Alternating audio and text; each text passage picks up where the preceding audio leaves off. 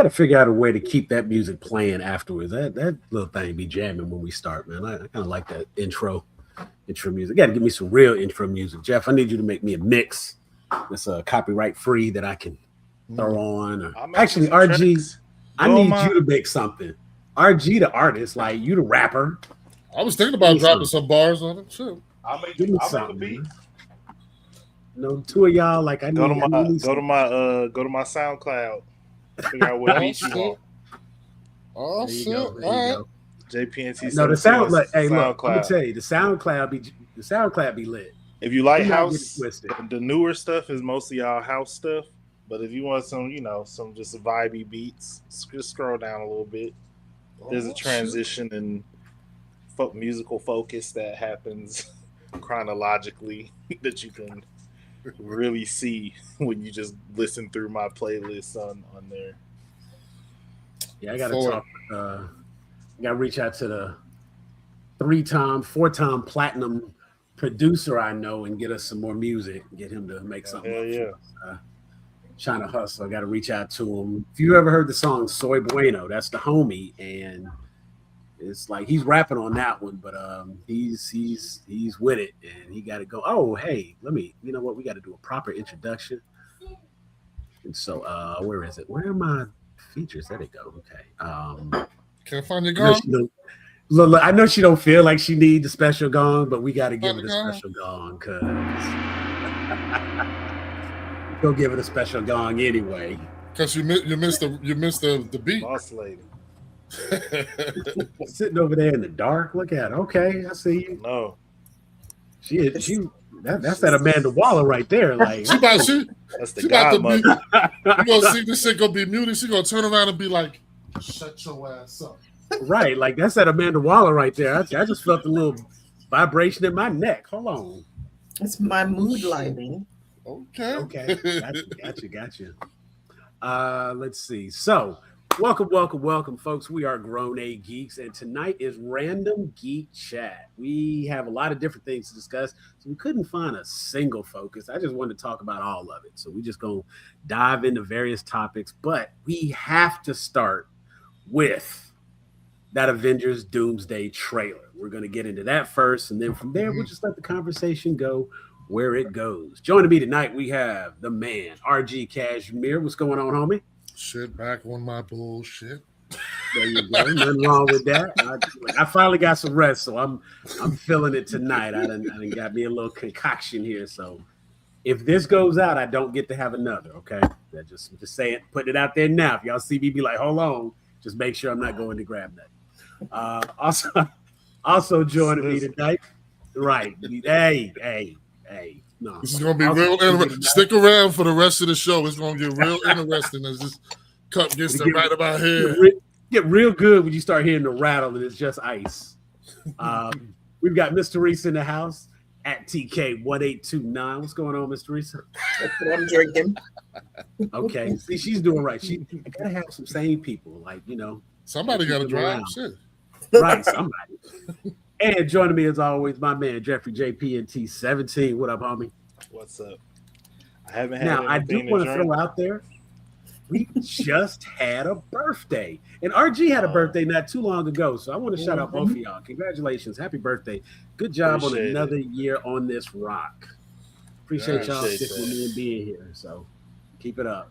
And also, did somebody celebrate something pretty special today?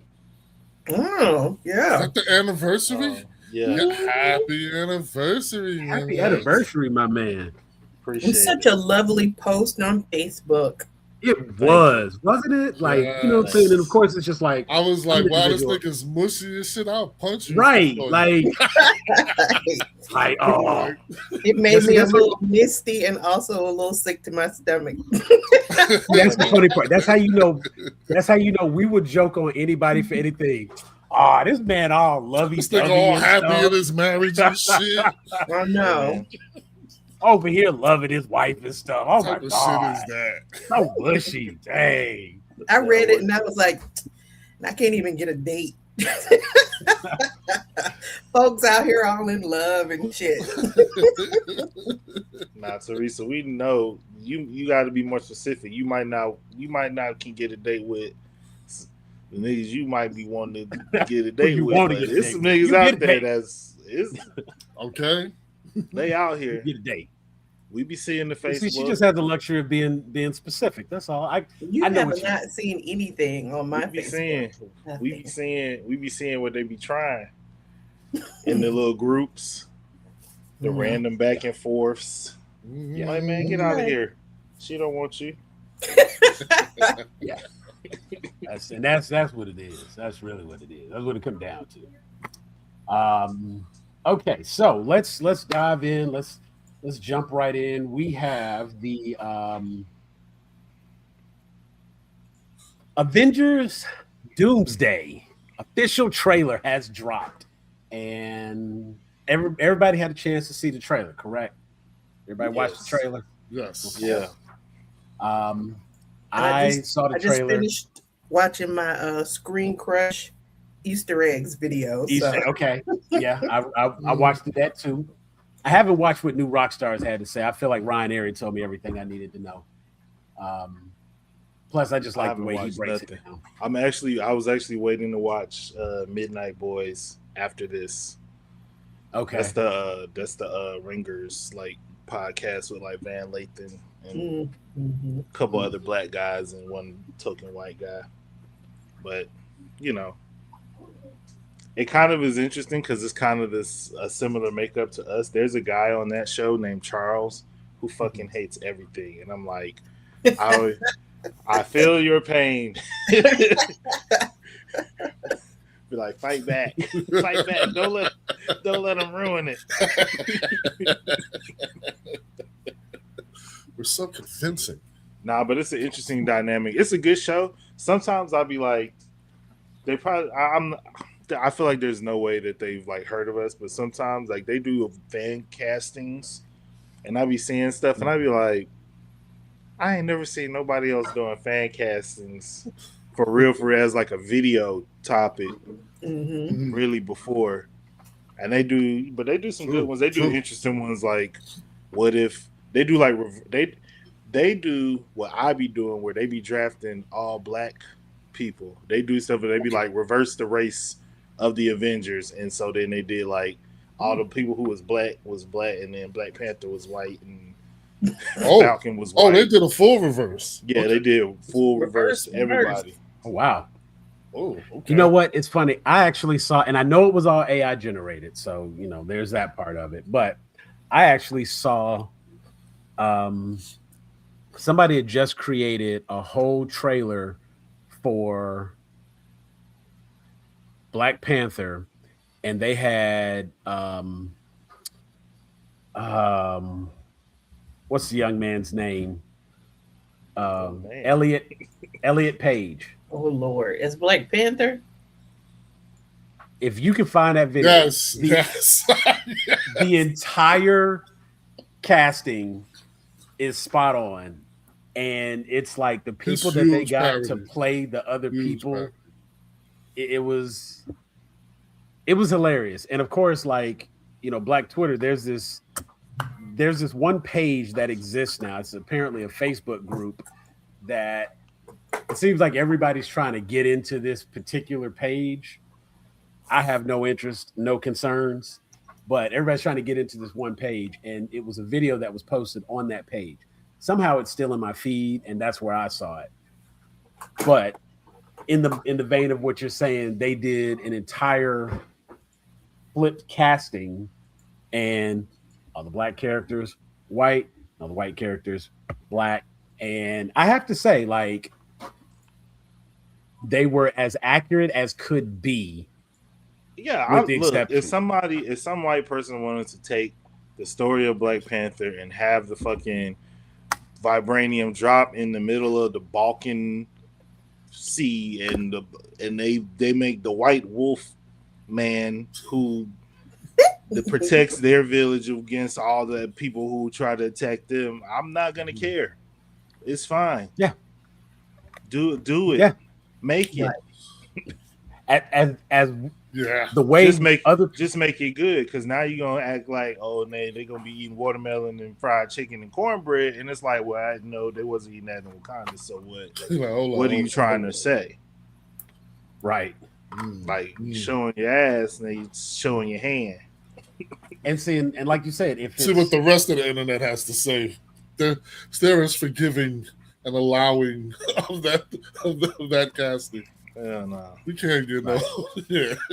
I don't know. If I do come across that video again, I will share it and let you all see it. I'm not joining the group to find it. It ain't that serious. But if it comes up again, I'll share it with you. But the Avengers Doomsday trailer, I have to say, like, surprisingly enough, I think the little teaser trailers that we got before were more intriguing than the full trailer that came out. Although I saw some additional things, I can't say that this particular trailer did not change how I felt about the movie. I can't say that I'm suddenly like more interested. I am equally as interested in the movie as I was prior to seeing this trailer. It didn't do a bad job. It told me pretty much the same stuff. But I watched the trailer, and of course, I was expecting to be like, oh, yo, the new Doomsday Avengers trailer. Yo, I got to check this out. And I watched it, and I was like, well, I was going to see it anyway. So, because I was feeling like I wasn't overly moved by the trailer. And I think it's because there's a little bit of confidence in, one, it's MCU, it's the Russo brothers. And I feel like my expectations are kind of set. And I still don't have enough of what is actually going down, other than it's going to have a lot of people in it. Right. And so because of that, I couldn't get overly excited. Like, you know, most times a trailer will really kind of give you an idea of what the story is about. Everything that I saw in this was the stuff we already knew. And so it's not a negative attack on it, but it wasn't like I saw this trailer and suddenly I'm just so hyped to see this movie now. The teaser trailers were just as effective. And I don't know, I thought I would get more out of this, and I didn't. And okay, that's fine. It's the Russo brothers doing an Avengers movie. I'm just as excited as I was before. That's where I'm at on the trailer. Like I said, trailers need more hype. I expected to leave this trailer being like mind blown, and now I'm just kind of like, okay, cool. Well, I think we'll still see. With this being really the first like official trailer, because the other ones were like, you know, whatever prequels or teasers or whatever. I think it got the hype started for me, because especially after having watched the Screen Crush Easter egg video. Maybe I should stop hyping up other people's podcast YouTube channels instead of ours. But you know, after he like tied them together, it kind of, you know, it sets a mood, and I think I'm hyped, you know. But you know, I'm always hyped when an Avengers movie is coming out. But I think it'll heighten with the subsequent trailers. But yeah, I think it definitely started making me think. You know, the way he was tying them in and going back and forth from the little backstory videos into the comparing the teasers to the actual trailer.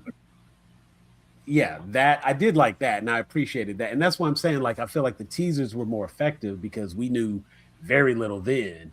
And this almost seems like a recut of all the teasers put together to present. And so that's why I'm equally as hyped now as I was from those. And we're starting to get the matchups, you know, the extended teams, and we're figuring out who's going to be working together and that kind of thing. So I'm still hyped.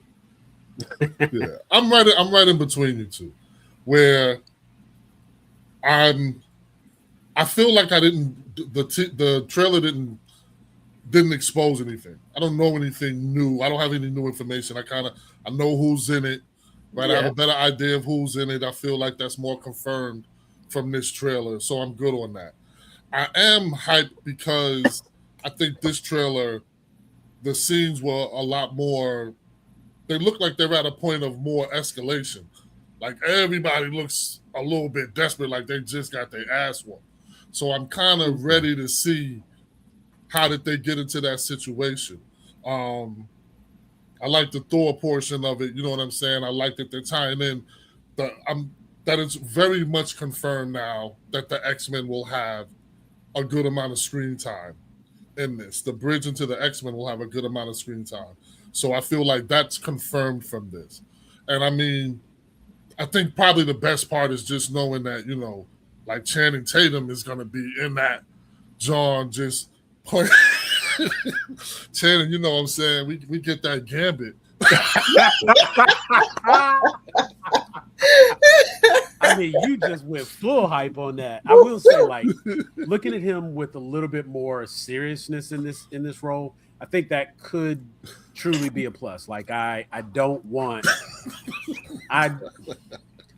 since they've decided to bring Channing Tatum back as Gambit, I do genuinely need him to be Gambit in this, and I need him to be a very serious X-Men Gambit. Wait, not the comedy relief. Before we have the Gambit talk, can I just give my overview? Sure. Overview, and then because we're gonna talk about Gambit. Like, we for sure gonna talk about Gambit. We're gonna talk about some things that I said about Gambit that people told me I was overreacting about, but we're gonna talk about all that. We're gonna talk about all of that. But overall, I think, well, for one thing, I think maybe thinking about it not as the teasers being strung together, but they made the trailer and then pulled stuff out of the trailer that they thought could make good teasers. You know what I mean? So I think if you think about it more that way, I think it's less than about, well, we didn't learn anything new because they probably made the trailer first. So, right, good point. I think that I think we didn't necessarily learn anything new, but we did, like Teresa said, see the relationships that are getting formed. I think that is the most important element of all of the larger scale Marvel movies that have been done. It's, did these relationships form well enough for us to believe that these people can work together, care about each other, endure the emotional stakes that are taking place, or do they just feel like, are they just getting a check? You know what I mean? Are these characters actually connected, or you just want us to get excited for boom, boom, punch, punch, superpowers, all that stuff? So you had to drop off this MacGuffin. Yeah. So I think in terms of, I mean, I think even seeing the trailer, there's no that all that X-Men stuff could be in the first 5 minutes of the movie, and we never, you know what I mean? It's not trying to, I don't think it's really trying to reveal the story, but right. I think it's more trying to show, like, you got a lot of how people reacted to one another. You get the group reacting to Thor's soliloquy about what he saw when he faced Doom. You get Thor's reaction to seeing Doom, Doom's reaction to Thor, Thor's reaction to Cap, Fantastic Four and Wakanda's reaction to seeing one another.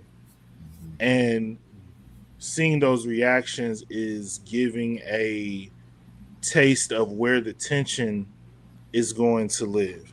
Even in the room with the big group, right? The Avengers are on one side, the Thunderbolts is on the other side. Like, visually, we see the Fantastic Four in the middle at the front. Clearly, they're the ones who are going to be explaining what the fuck is going on. Thor walks in late talking about he's already faced the power. This is all, you know, classic cinema stuff that we understand, like what's happening in the room, because it's being shown, like it's being telegraphed to us visually, not just in the dialogue per se. And so I think if we can come in with a good sense of understanding how all of these characters will fit together, then it becomes easier for you to tell me a story.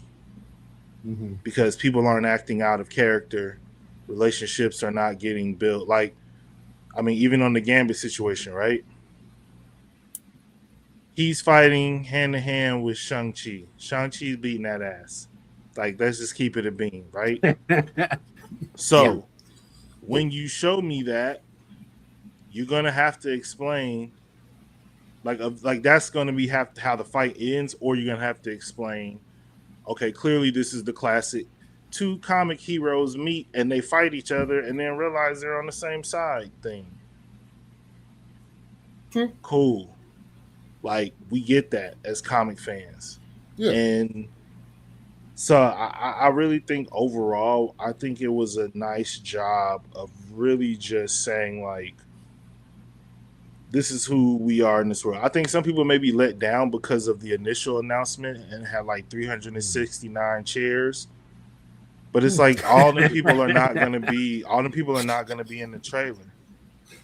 Right. So, exactly. If they did, they probably have to make sure they don't show any scenes with Spider-Man, because they don't want it to give away anything that happened in the movie that hasn't been released yet.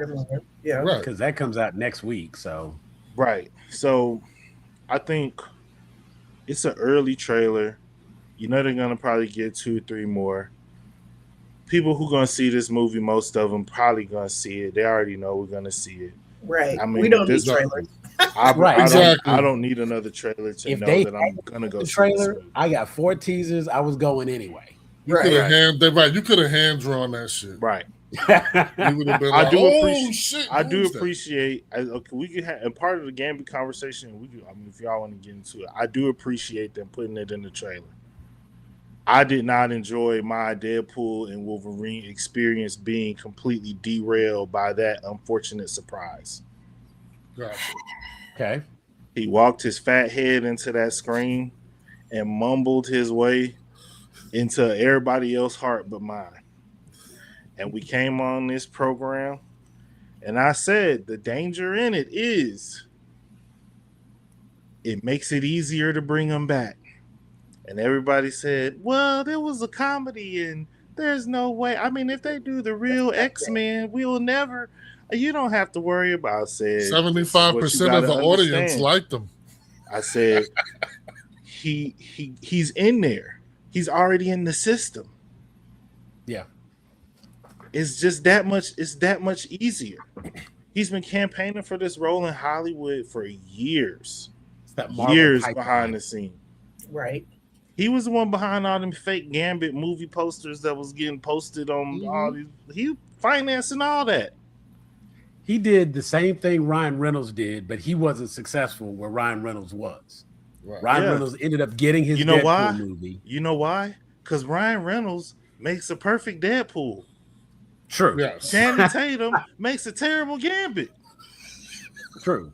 And at some point, somebody in one of them rooms, in all the rooms that it has to go through to get it made, somebody just got to the point where they was like, do a Cajun accent.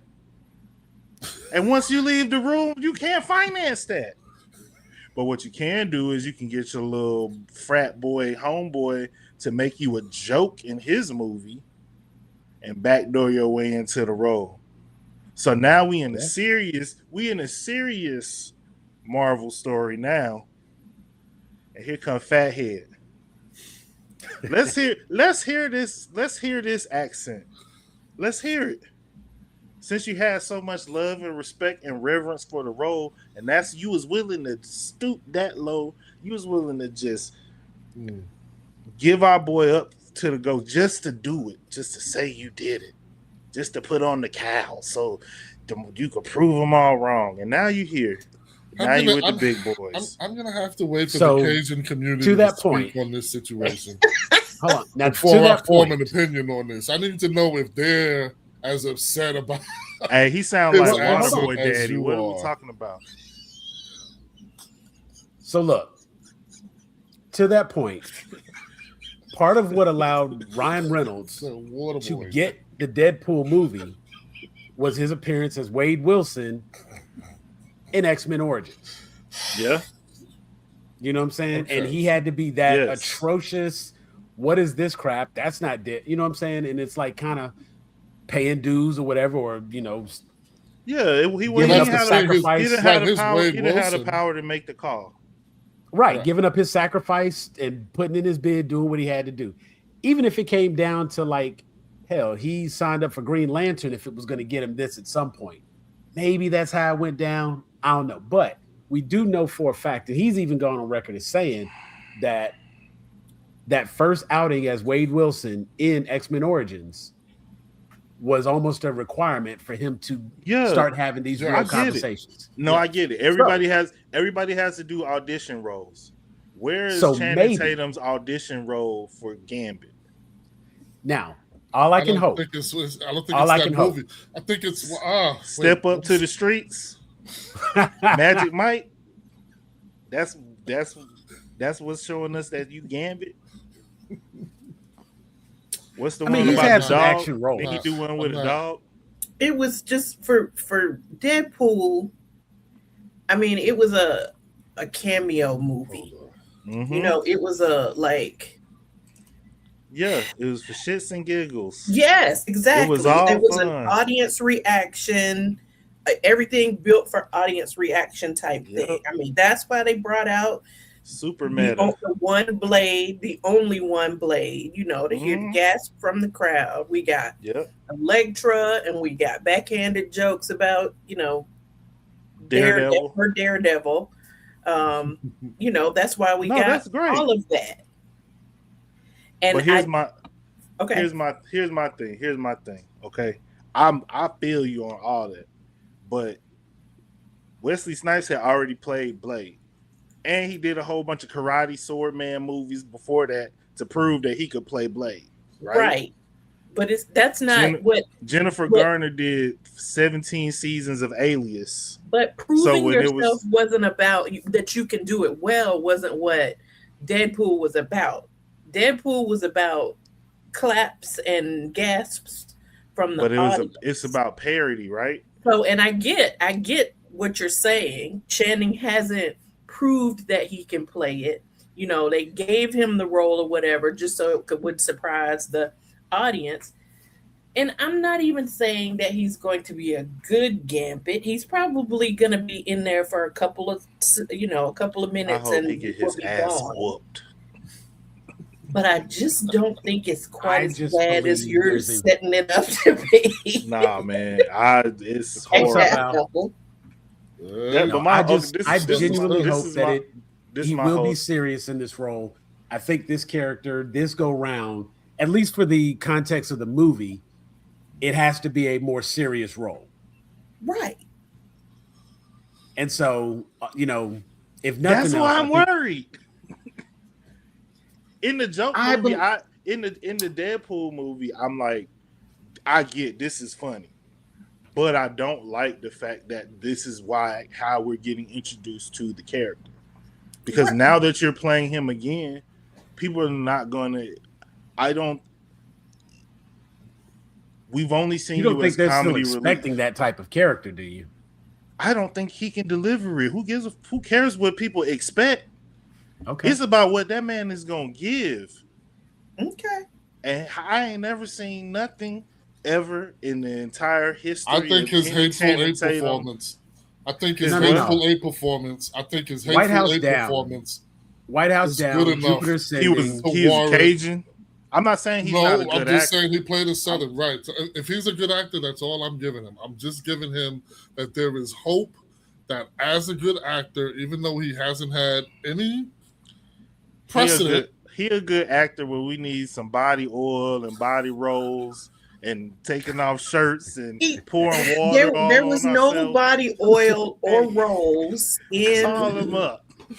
White House Down, and that was a good movie. Man, there you go. Maybe that shirt didn't won't get ripped talk. off.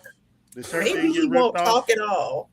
He had on one of them little Bruce Willis tank He tops. had on a wife beater, yes. But that, that wasn't Magic Mike level. There was absolutely nobody It was rolling. a lot of running. It was a lot of running. It was a lot of running, and there was a lot of shooting and there sliding. Was running. Yes. Looking around the corner. He's very athletic. It wasn't a lot of talking. There might have even been tucking rolls, but there were no body rolls. Hey, they ain't let him say nothing in the trailer. I know that much. Right. There wasn't a lot of talking. Wow. And there's, like you said, there's 3,700 people in Doomsday. So there's not going to be time for him to say too much anyway. I hope he get his ass whooped. I mean, he's probably going to get smacked with a ring or two. So I hope it's Mystique.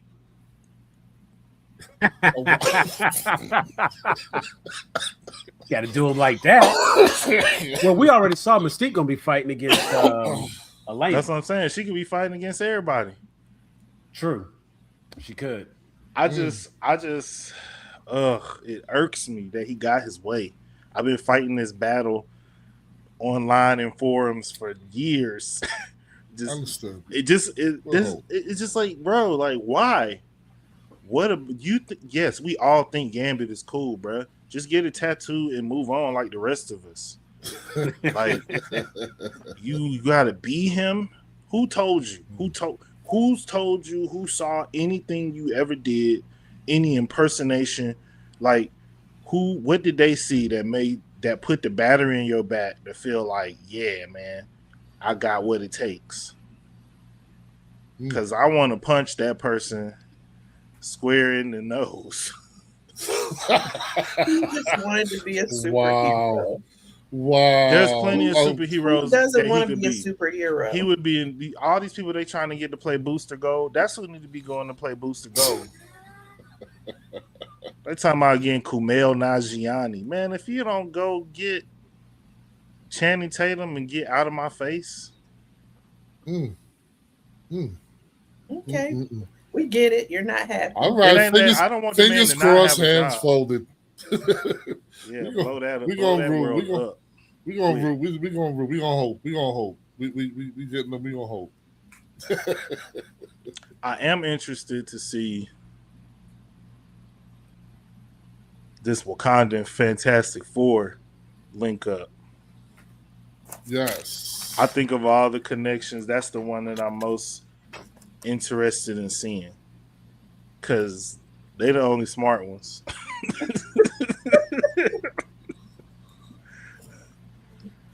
Now that Tony's gone. Yeah. Right. But even when Tony was there, because Tony was like smart, but he made stupid decisions.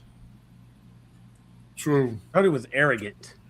He was misguided. Smart, but he was arrogant. So from the matchup I do love the moment. I love the little moment with Thor and Cap, where he's like, "Is it you?" Right. Prove it. I thought that was cool. That's the thing. Yeah, is it you? I thought that was cool. Yeah. So I mean, there's a lot. Look, they have a lot of opportunity here. Now, of course, that's one of those moments where it's like I do like that. Without context, seeing that Cap there. First off, we would have to think that all Caps would be worthy, because now we start Hydra Cap. Even Hydra Cap, you know what I'm saying? Like it potentially, because the thing is, like, that whoever this Captain America is has to be a good Cap because he's worthy. So as far as he has to be the Captain America from the one who fought with that we know, at least, that fought with him at a point that he had to use Mjolnir. No, because the Cap felt comfortable with going for Mjolnir. Right, he held it like this. We talk about Cap was like, and Cap called it. See, that's where multiverse theory comes into play. Right, so it could be many multiverses that happened. There's probably going to be more than one Cap that's done that. But it comes down to be, and of course the way they're trying to portray it. Right. But the way they're trying to portray it, of course, is that would be the original MCU Cap. And so to get original MCU Cap, this is like he's got his nomad haircut. That means that they're pulling another time heist. I don't know where Ant-Man is in the mix, but they're obviously going through Quantumania, going through the quantum realm to grab Cap from one of those moments, if that's supposed to be the same Steve Rogers. And then, of course, it starts to get into a whole can of worms. And, I was already ready to like... What if it's Steve Rogers who actually has... So the member from the original Steve Rogers who went back and brought the shit back. Right. He just never came back. He had Mjolnir then. But he never came back. Right, his whole thing was he never came back. No, he came back as an old nigga. Right. Right, so he lived his life. Correct. Right? And then was like, hey, I'll chill, I don't have grandchildren, my life is good, blah, blah, blah. He still had the ability to jump time. Right? He never used I forgot how they did it. The crystals or however they did it. Right, they had the PEM particles that they used. Right, the PEM particles, right. He didn't use his to come back. So he might have had it all. I mean, there's a way to explain it that I would feel quite comfortable. They're going to have to explain it. It's going to have to make sense. Because we're going to think about it, Cap is, old and lived his life, and this is supposed to be Sam Wilson. You know what I'm saying? Like, why are we getting Steve Rogers? So I think they have to explain, but why they show Steve Rogers back. Man, you know why? You know why we getting Steve Rogers back? No, I know why, right? But they have to explain it. You still have to explain it in the movie. Oh, they will. Like, I'm not gonna be cool with this nigga just popping up out the blue. Like, I just been chilling in the back the whole time. I thought, no, they'll have to explain it, and it's gonna have to be some kind of multiverse shit. Yeah, I mean, without a doubt, it's multiverse. Back in the 50s, chilling. So one of the things that I was trying to look at and figure out, and of course, I was sitting down after I watched the trailer because I made my wife watch the trailer. It was funny. I asked, I was like, "Have you seen the new Doomsday Avenger trailer?" She was like, "No, why would I have seen that?" I just kind of looked at it for a minute. I was like, "Okay, so look, we're gonna watch the trailer." Wow. Like, what do you mean? Why would you have seen that? One of those Instagram skits. Right. Like, why would you have not seen? Okay, right. You know what? Here it is. Let's watch. So we watched the trailer, and at the end of the trailer, she was like, "So is that's Captain America? Like, how is he there?" And of course, like, we kind of had the same conversation. I was like, it's gonna have to be. She was like, because he like grabbed the hammer. I was like, you know what? That's actually one of the things I'm trying to figure out, because what hammer is that? Which Mjolnir is that? That's what I'm trying to figure out. I'm not worried about Cap. They're going to explain Cap perfectly. What I want to know is, how does Thor now have Stormbreaker and Mjolnir? Because you go back to Love and Thunder and his daughter Love. Don't make us go back. Right. No. And see, that's what I'm saying. Like, at the end of Love and Thunder, he has both the hammer and Stormbreaker. And so the hammer he has isn't the hammer that's all like cracked up. You see what I'm saying? Because like that was the one that Jane had when she became Thor. She put it back together, right? And so she had the cracked hammer, but this was not the cracked hammer. Now, maybe they did some magic CGI for the trailer, and they did a misdirect, and it is going to be the cracked hammer when we actually see it again. But I was like trying to figure out, because when Cap goes back, as you just mentioned, RG, when Cap goes back and he's standing on the platform, he has the stones, he has the shield, and he has Mjolnir. Because when they did the time heist and they went back, Thor actually got a Mjolnir from the time heist. Right. It wasn't his original one, but he grabbed it. And of course, he was so happy because it was still worthy. He talked to his mom, and she realized that wasn't actually her version of her son, but just another version of her son. And they had a brief little moment. And she's like, whatever you got going on, it's obviously important. Go handle that. And, whether you're my kid or not, you're still my kid. I wish you the best. He got that closure with his mom. Also sweet. He grabbed the hammer while he was there. Fast forward, he loses the hammer. Of course, we get through a couple of movies. He gets down Love and Thunder. He's got a hammer back. That hammer is cracked. That's the one Jane has. So in this trailer, we see a non-cracked hammer that Steve Rogers grabs. So I'm less concerned about which Steve Rogers that is, because obviously they want us to think that that is original MCU. We'll call it 616 Steve Rogers. That's what they're trying to imply. And I'll roll with that, because whoever that ends up being, they're going to explain that part. It's Mjolnir that I have a question about, because I need to know where that Mjolnir came from. But Teresa, you saw the same thing I saw, and I was like, okay, that could work. But and the first time I watched the trailer, of course, I saw him and I was like, oh yay, it's Steve. And I want it to be our Steve Rogers. He's not Captain America though, because Sam is Captain America. But I want it to be our good Steve, but I just don't think it is. After I watched the trailer again, and that that scene where you see Thor and you hear, "Hey pal," it's just something about it. It raised the hackles on the back of my neck. It's something. There's something wrong. Spidey sense went off. I did not think that was the same scene. I think that they spliced because I agree with you, Teresa. That sounded like Robert Downey Jr. When I really listened to it, it didn't sound like Chris Evans. Yeah, it sounded like Robert Downey Jr. I kind of had to make my mind make it sound like Chris Evans, but something wasn't right. Yeah, I thought the next image after seeing that was going to be Doom.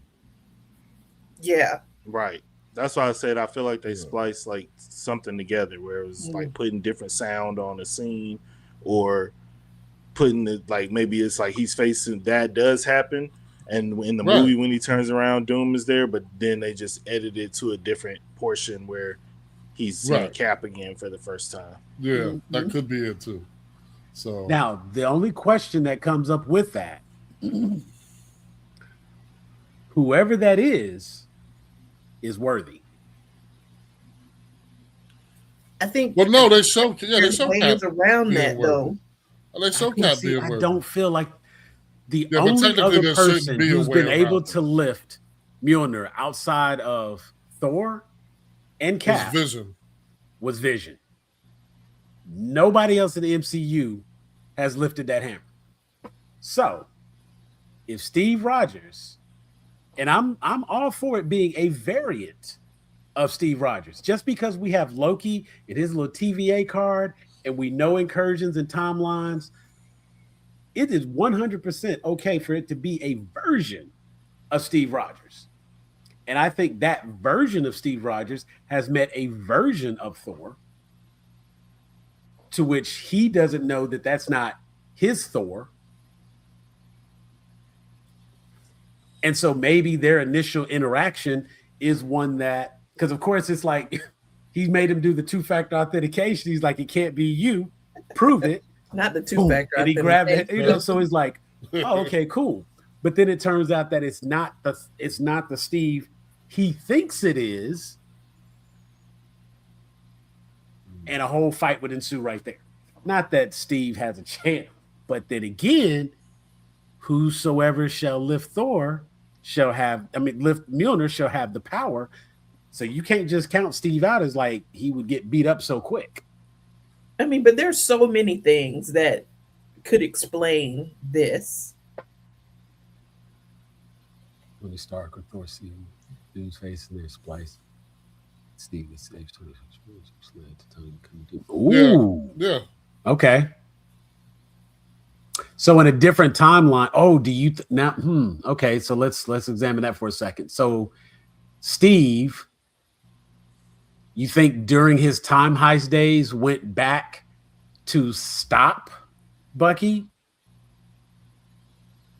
And because he stopped Bucky from taking out the parents, one, he would have got to Bucky maybe a little sooner, could have freed him from that programming because he knew at least one place he was definitely going to be. 225 to 1, man. 225 to 1. That's the odds I on think that there's one. any number of explanations, and that's why I'm not going to dwell on it. I'm just going to be ready to be surprised during the movie. And you see it. This is one of the few times I didn't have like all my red string pulled out, ready to start tacking it up. Sam's going to start a show on Thursday evenings where he just does theories. And all what we need is we need the audience. We need the viewers to just call in and shoot theories with you. I mean, just go off the deep end. Just go right off the deep end. Yeah. We have to keep count of how many times he's right too. That would be fantastic. That would be equally important. But the funny part is, y'all act, but my percentage ain't too bad now. I don't be way off. We can start counting. We can do it. I got to spread it. Excel right here. We're saying Jeff been dealing with this for some years, though. He tired of my red string theories. He like, just watch it. Hey, I'm just listening to I'm listening to you get cocky, and all I hear is Mephisto. That was one character. He said that's one time, Jeff. No. Everybody was on that Mephisto train. It wasn't just me. Yeah, everybody was. There were a lot of people on that Mephisto. I'm not going to talk shit. I owed you like $25. I lost the bet. It was a lot of people at the Revolution, but one motherfucker was in the front with the megaphone. True. When we finally got Mephisto, I was so, I won't say disappointed, but it was like, I don't even want it no more. Pretty much. Wow. Y'all done hyped this up for so long that when y'all showed it. Yeah, well, look at the show you got it in. We got Mephisto, and all I could see was Borat. Right. My demon. I mean, I like him as Mephisto. I could see him in a more expanded role in another, like in a movie they expanded a little bit more, him and a Doctor Strange. Comedic actors are very good at playing very seriously evil roles. Like where they're not being funny. I feel like Adam Sandler has proven that. I feel like Jim Carrey has proven that. I feel like Robin Williams has proven that. Like the funnier you are, like the more on the flip side, the more terrifying you can also be. So I feel like OMG. Yeah. Okay. Hold on, this is deep. All right, let's take a second.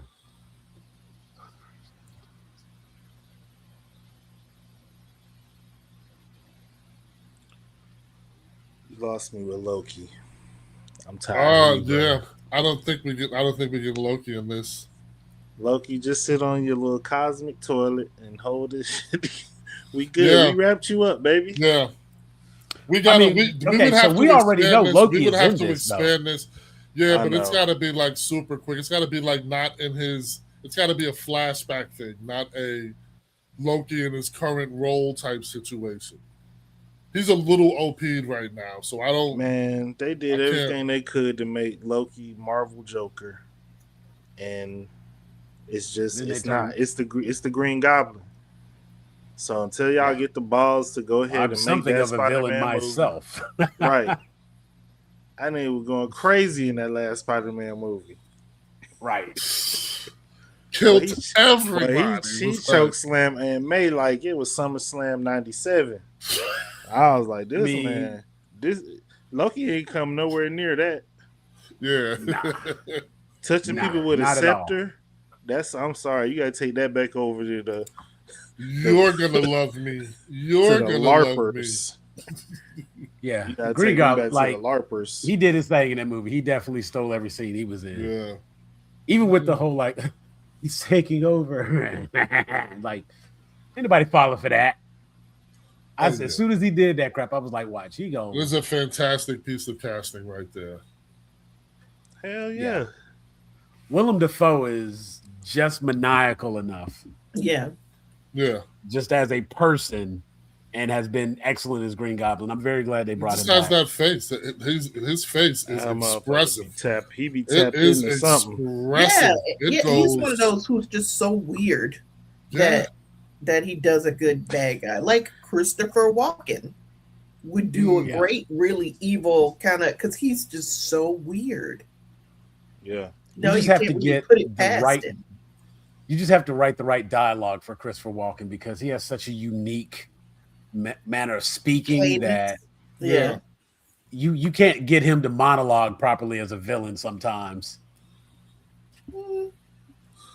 He did a good job monologuing in King of New York. Yeah, I think you could work it out. I mean, I think he ad-libs a lot of his shit because he just says it the way he wants to, and they be like, cut, print, love it. Right. He's Christopher Walken, so right. And he's done. Like we're not gonna get that now. I would have took it out of a younger Christopher Walken. Well, yeah. Older one. If you hire Christopher Walken, you're not hiring him to be you're not hiring Shakespeare.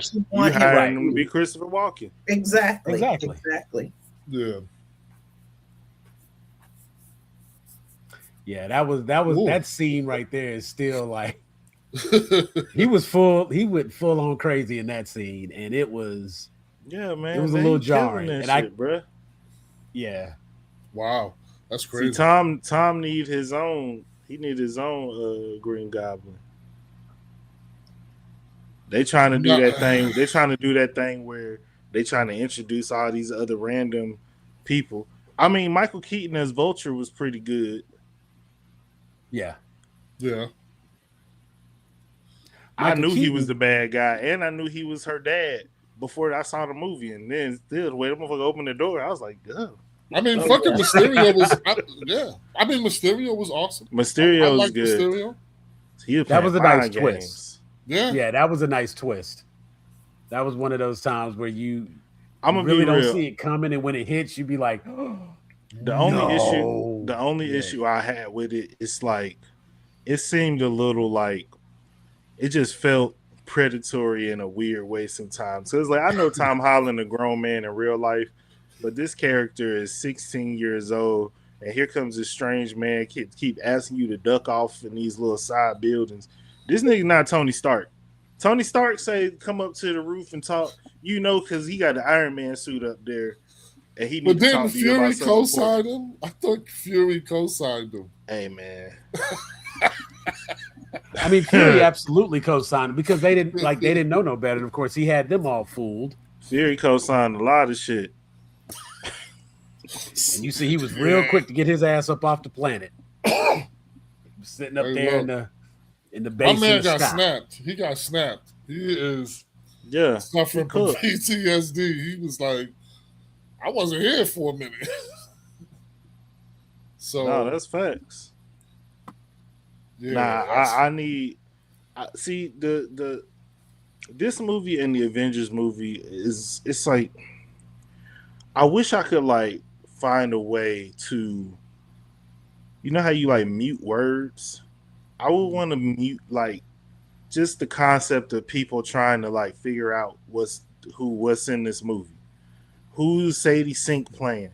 Oh, and she's for sure 100,000% playing Jean Grey. You haven't seen this movie, nigga. Like, right. And okay, if she is, there's a reason why Marvel decided has not come out and just us. Said that, and it's not a sinister reason, but it's probably something that not knowing would actually enhance the movie experience because there are things that work better as a surprise. I've said it on here before. The time that I got to go see Civil War, like 6 months early, because it was some like Walmart, Marvel, whatever stuff. I got to go to a screening 6 months early. Online, the talk was still about, is Spider-Man in this movie? Right. So when he shows up, for me in that moment, it's a surprise. And not only does he just show up, it's like he shows up to the battle, takes Cap shit. Like, I'm literally watching him being integrated into this thing with a childlike wonder because I got to experience it completely as a surprise. But they knew they had to sell the Spider-Man holding the Captain America shield t-shirts, which means it's gonna get out and it's gonna get leaked. And now everybody knows Spider-Man is in this movie. And you didn't get to have the experience of it being a surprise because you just, and I'm not even talking about the speculation. I'm talking about you had to know. Here's some grainy on-set film footage of Sadie Sink with red hair. Sadie Sink's had red hair in everything we've seen her in. Right. What are you talking about? Doesn't she have red hair? Like, that's her hair color. She's a ginger. So I don't want to yuck nobody's yum, and if figuring out who and what and everything that's happening hold in up. the Did movie, you say yuck nobody's yum? Yeah. All right, we'll come back to that after you finish. You never heard that expression? Yeah. Hell no, but go ahead. You don't want to rain on nobody parade. I knew what he meant. it's like if there are people who genuinely find enjoyment out of uncovering every little detail beforehand, but there needs to be like there need to be a smoking section and a non-smoking section. Right. And it's like when you want to talk about this stuff, the algorithm doesn't know that I'm not a nigga who's about to watch 5 trailers. I just need one trailer, so you don't have to keep trying to tell it to me. I want to see what people's theories are. I want to know what people's thoughts are, like once they've seen the movie. But like, I mean, people really like go down the rabbit hole on their own fan theory. They convince themselves that this is what the movie is going to be about, and then when it's not, then be mad. Then they're mad because it wasn't about what it should have been about. Motherfucker, who told you? Who put you in charge of what the movie's supposed to be about? I will say that is one difference that I have. I like to try to predict. I like to try to figure it out. It gives me it. I am the person that enjoys uncovering, and I have to catch myself because sometimes, like I said earlier, I'd be like, I have to go back and look at this part in Love and Thunder, and then I have to check this scene here, and I'll start like finding all the moments to try to put together and uncover the secret of what I'm trying to understand. If it don't work out that way, cool. What they gave me is what they gave me. You know what I'm saying? And I like to see if I can figure it out, and I'm not mad if they didn't go that way. I have mentioned upon the occasion where it's like everything they showed said they were doing this because it's what they showed. And then if they go left, you know, that might be a little different. But as far as the predicting what I think is going to happen and then it doesn't happen and now I'm mad because they didn't do that. No. Yeah, if you did that, I was wrong in my prediction. I said what? I said if you did that, I wouldn't be on this show. I wouldn't be able to handle it. Right. No, I can absolutely accept that I was wrong. I thought it was going to be this, thought it was going to be that. It's when if they say like it's trash. That's what set Sam off right there. Call it some trash. That's triggering, right? Just hearing that is so triggering because like we're gonna do a special and just like when I say Channing Tatum was trash at being Gambit, I have facts and evidence to back up. Right. It's still your opinion, Jeffrey. No, this is and you know what? If somebody calls something trash, is one thing. Is one thing to say these are very subjective facts. Like if it's trash and here's why, that's fine. If it's just like it's not good, why? Because it's trash. Because it's trash can't be the answer. That can be the opening statement. That can't be the answer. Sometimes it's the answer. No, it's not. Sometimes you just don't know why you don't like that shit. Unless it's inside of a can with Oscar the Grouch, it's not it's not trash. It was one man's treasure. Right. Some people can recycle it. Sometimes it can be compost. I hear you. It's like this. What is it? The Superman dude. The dude who just looks like a douche. Who? Is it the Superman guy? Who's the guy? Corn Sweat. There's some dude. I can't remember the movie. It's probably him. Some other movie. Yeah. No, I'm not gonna get started. Sorry, I'm trying to be better today. Good. But I'm back. I'm ready to get. I mean, I'm ready to get James Gunn a piece of my mind anyway.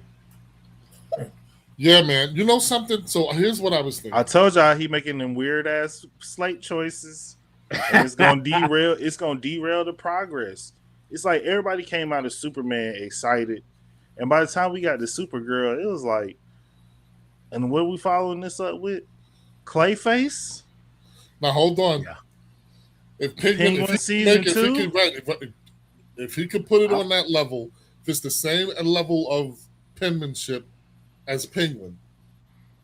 Hey man, you want people to go out of their house to a movie theater for Clayface in this economy? You joking with me, bro? That motherfucker should have been a Penguin season 2 character and keep that shit pushing, bro. What's the budget on Where are the big dogs, James? Yeah. We don't even have the plans for the big dogs on the slate. So I don't want to hear about no. Where's Batman, nigga? Clayface. He not even one of the first 2-3 villains I even care about when I'm talking about Batman. Unless I'm talking about the Harley Quinn show. It's the first time he been interesting. The only thing now I won't lie, Batman the Brave and the Bold. He was interesting on there, but they changed his story. Yeah. Either way, Clayface, and we ain't even got Batman. We ain't even got a Batman in. Well, the Penguin not even related, so you can't even. He's trying to get his. You can't even piggyback on that Batman. I'm just sick of Batman. Batman and all of his. I am too. But we could have Flash. We could have Wonder Woman. They about to give us. They about to give us. Please, sir, can I be the Green Lantern, sir, on HBO? Whoa, we don't know that hat's gonna come out. God damn! Come on, man. He gonna be just like what David Oyelowo will say. Put a little subservience in it. Put some subservience in it. Now I was a slave. So fat head is out of here. That sorry ass Martin Luther King rendition you did, man. So, I'm curious. Teresa and I gave our review. Yeah, Supergirl was fucking terrible. I haven't even seen it. Supergirl was terrible. Supergirl was trash. Trash. Why? Now here's why. Hey Sam, put a headphone so the steam can come out. There you go. I don't want to miss the headphones. Look, if you go back and watch the review, you'll find out. First off, I liked it. I didn't love it. I had issues with Supergirl myself. Okay. This little girl, useless to the story. Stay the fucking home. You're not helping me out. None. I don't care. I didn't care about her family dying. None of that. None of it at all. Then all of a sudden you want to go to the point where, hold on, so this girl drunk in the bar, right? You're going to come to her a sob story. She help you out because she don't want to see you get fucked up. You're a little kid coming there wilding out, but she don't want to go out. It's not going to be no hero. She's dealing with shit. But, she help you out. And now all of a sudden, so what you make it is you get this way that the dog gets hit with some shit. Put the dog on the fucking ship and fly him to a yellow sun. What the fuck are you talking about? If a yellow sun fixes all your fucking problems, just put the dog on the fucking ship and fly to yellow sun. It's going to take 3 days. The communion alien doctor said that you couldn't move the dog because it would make him die if you moved him. So that's why she had to go get. The fucking dog is special. The dog is special. This is not a regular ASPCA dog. They spelled it out for you, RG. All right. They told you what they did about the dog. Here's the funny part, RG. We actually called all the things that you were going to be upset about. Right. If you're not mad about those things, I'm going to feel a little offended that those are not the things you're mad about. Okay, good. Allow me to continue then. Let's see where else you're on point. So you go down the rest of the goddamn story, okay, and everything is just fucking contrived. Wait a minute, I get shot, now I'm poisoned, I can't, I'm sorry. I go to this planet, right, that has the fucking, what color sun was this one? Green? Yellow and green. Some green shit that fucked her up? It was a green sun. Oh, I didn't know that. Hey, I didn't know I'm flying around in my ship in space all the fucking time. And I didn't know that I'm going to a planet that got a green sun. I didn't know that. I didn't have that information as I'm navigating light years. Fuck out of here. Really? Come on. And then I die. Hold on. Then you have the greatest, most convenient day-night cycle in the history of movies. Just as you're about to die.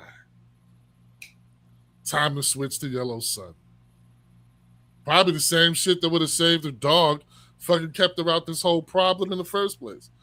So that shit is trash. It's trash. Sorry. And you banked on doing it. I'm not sorry. That's true. I'm not sorry. I'm not sorry. That's real. I'm just like shocked if that was the only thing that you found issue with. Hell, I found issue with more than that. I'm sure. Oh no, there's a lot more. But you know something? I do not. There's a lot about it I forgot. You know what I'm saying? There's a lot about it. Look, we did bring up. Look, even when Teresa and I reviewed it, I did exclusively bring up the confusion of a green sun because I was like, where the fuck this came from? With the exception of the Supergirl Woman of Tomorrow comic, I have never encountered a green sun in DC. And I don't even care that that's a thing on this universe's Supergirl. I don't care. I would think you would know that. Like you'd be like, oh, but shit, that's where also is she? Like, hold on, where is she at? Oh, they got a green sun. All right, so I'm gonna have to go save her tomorrow. So after 2, yeah, there you go. When the green sun starts to set. I mean, but you also, I will just say, isn't this also a world where like Krypton blew up? So it's not like everybody is always familiar with Kryptonian physiology and DNA and stuff. Yes, by the time you her age, yes, you are. No, she would be, but like other people wouldn't. I'm just saying, why didn't she? Unless she's on a Kryptonian like shit, or she got one of them little, crystals. When what's his name come out and tell you about all the wonders of the universe. Blindfolded her. That's right. They blindfolded her and took her there. Right? They blindfolded her with that fucking lead thing, right? No, they didn't. She could have fucking looked through it with their X-ray vision. Get the fuck out of there. It's just plot hole. That's what I'm saying, man. James Gunn be doing all this weird stuff. Come on, bro. I think the biggest issue with this, we're not trying to eat quiche, bro. Get some mean potatoes in this motherfucker. Thank you. I think for this movie, the biggest issue was, although they tried to prepare us for Supergirl having a different tone and a different feel, they presented Superman, and then they showed us Supergirl and all of the materials, all of the trailers and everything. They made sure to show her in the costume. And that person was not in the movie. Who we had in the movie was somebody who had not become that person yet. And so if they were trying to take us from someone who was just numbing the pain, staying drunk, and completely unconcerned with anything outside of her meager existence, who now suddenly embraces the idea and the concept of becoming Supergirl, I don't feel like that was the story we got, even though I felt like that was the story they were trying to tell. And that's where I feel that's a stupid ass story to tell, to introduce us to this character off the heels of fucking Superman. Like, that is my point. I'm agreeing with you. That was what I said. The feeling of this movie was meant because I know you was being diplomatic. You were saying no. I know. This is not a diss on. This is not a negative connotation of what I'm saying. You saying it like because James Gunn might see this, and if I don't give. Hey, James Gunn, bro, you on my list. You about to be on with M. Night Shyamalan, bro. You about to be on it because I'm not cutting, 401k. I'm not cutting him. I'm harder on him than I am on Zack Snyder, because at least Zack Snyder, one, got served a raw deal, two, was trying to compete with some shit that he didn't have the resources to actually or was given the time to do. True. Yet now, is he a notoriously bad storyteller? In my opinion, yes. Yeah, Zack Snyder. You know what you're gonna get, but he still didn't have James Gunn, bro. You came in, first of all, you came in from the big program that was winning over there. Now we brought you over here because you're supposed to be doing over here what I was doing over there. Now it's starting to feel like maybe there's a reason why they gave you Guardians of the Galaxy, some shit they ain't really care about for real, and they ain't let you do, because that's not how it works. You get a Guardians of the Galaxy, and then they be like, actually, you made that good. We gonna let you maybe fuck with some of the like big boy characters at some point, right? And then when I seen that Suicide Squad, I was like, okay, I see that whatever pitch meeting you had when you and the Russo brothers was going against each other for Avengers. You probably came in there on some weirdo, I'm gonna do this needle drop and. Nah, bro, get out of here. Russo's. Yeah. Slide through. Give us what we need, baby. I think James Gunn and DC needs to focus on the Titans, the Teen Titans. I think they have a lot of opportunity there with that group of people. Because I feel like if you get a good Cyborg, right? You get a good Raven. First off, they come with a built-in sort of in-game boss, right? Because Raven's dad is a world ender.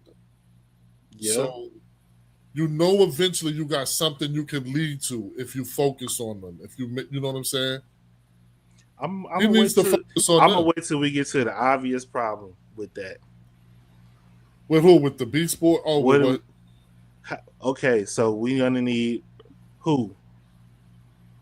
As a Starfire? You gotta have Starfire. No, and who else? We need Cyborg, Beast Boy, Nightwing. Fucking Nightwing. Well, not Nightwing, he's Robin. Well, Robin, technically. Who the fuck is Batman? And in order to have Robin, you gotta have Batman. That's what I said. Bruh, you're not about to Penguin Clayface me and then Robin me, and I still ain't seen no fucking Batman. You're not gonna get the people to like. I know I said it early, but the rumblings are rumbling. Like this is like this dude. He know what he doing. Like so, okay. If we give him an individual project and it's quirky and it's out of the way, cool. Peacemaker, cool. Guardians, cool. But like when it's time to sit at the table with the big boys and understand, like, hey, my G, this is not just about like your movie. This is about the billions of dollars of consumer products and other things that are affiliated with this brand that like will fluctuate in popularity and viability based on the performance of this that we're asking you to create for us. True. And so I know they kind of let him get his shit off in the beginning because he's coming with the pedigree of Marvel and he can say, well, we got to give Wonder Woman and Batman and all them some time to breathe. And that's cool. Give Batman time to breathe. But we got to have a new Wonder Woman. We got to have a Green Lantern. Like stuff people you gotta have the core. You gotta have the core three. You gotta have the big three. And you keep coming with this Swamp Thing and Teen Titans would be amazing. I would love to see Teen Titans, but I personally don't want to see a full-grown badass Robin without even understanding who the Batman is that put him through that. I'm not going to disagree with what you're saying, and I understand your perspective. Totally understand your perspective. But I feel like there's just an opportunity here to create a cinematic universe that is just that. It's its own cinematic universe. Yes, are we aware that there is a Batman in the background? Yeah. Is that the primary reason why we're kind of end up with interested in these, ancillary characters? Yes. Nah. You know what I'm saying? We've done live action Robin without establishing the Batman first. Already. I'm not saying. And the Batman that they had in that was a joke. That was talking about the one on Titans on the show? Yeah. Titans show? Titans show was good though. But I like Titans. I like Titans. No, I like Titans. Titans. Show was good. When Titans came out, I like Titans. You are basically describing remaking that same Titans as a cinematic version. Yeah. The whole thing with it would be however they make it. It would be. I cannot necessarily say, "Hey, I'm going to sit down and write the script and shoot it and direct it and do all that myself." But what I do see behind it is the idea. I see the idea of how the characters could be developed. But I feel like there's more interesting characters where they can fight more. How can I say city? And maybe like national wide, like city and national wide level. I mean, villains that would be big enough to have Venom stakes. Just said it right here. But look, he says it would be great to have the Teen Titans after maybe the second Justice League movie, where they need street level to handle Earth while the League is dealing with Darkseid.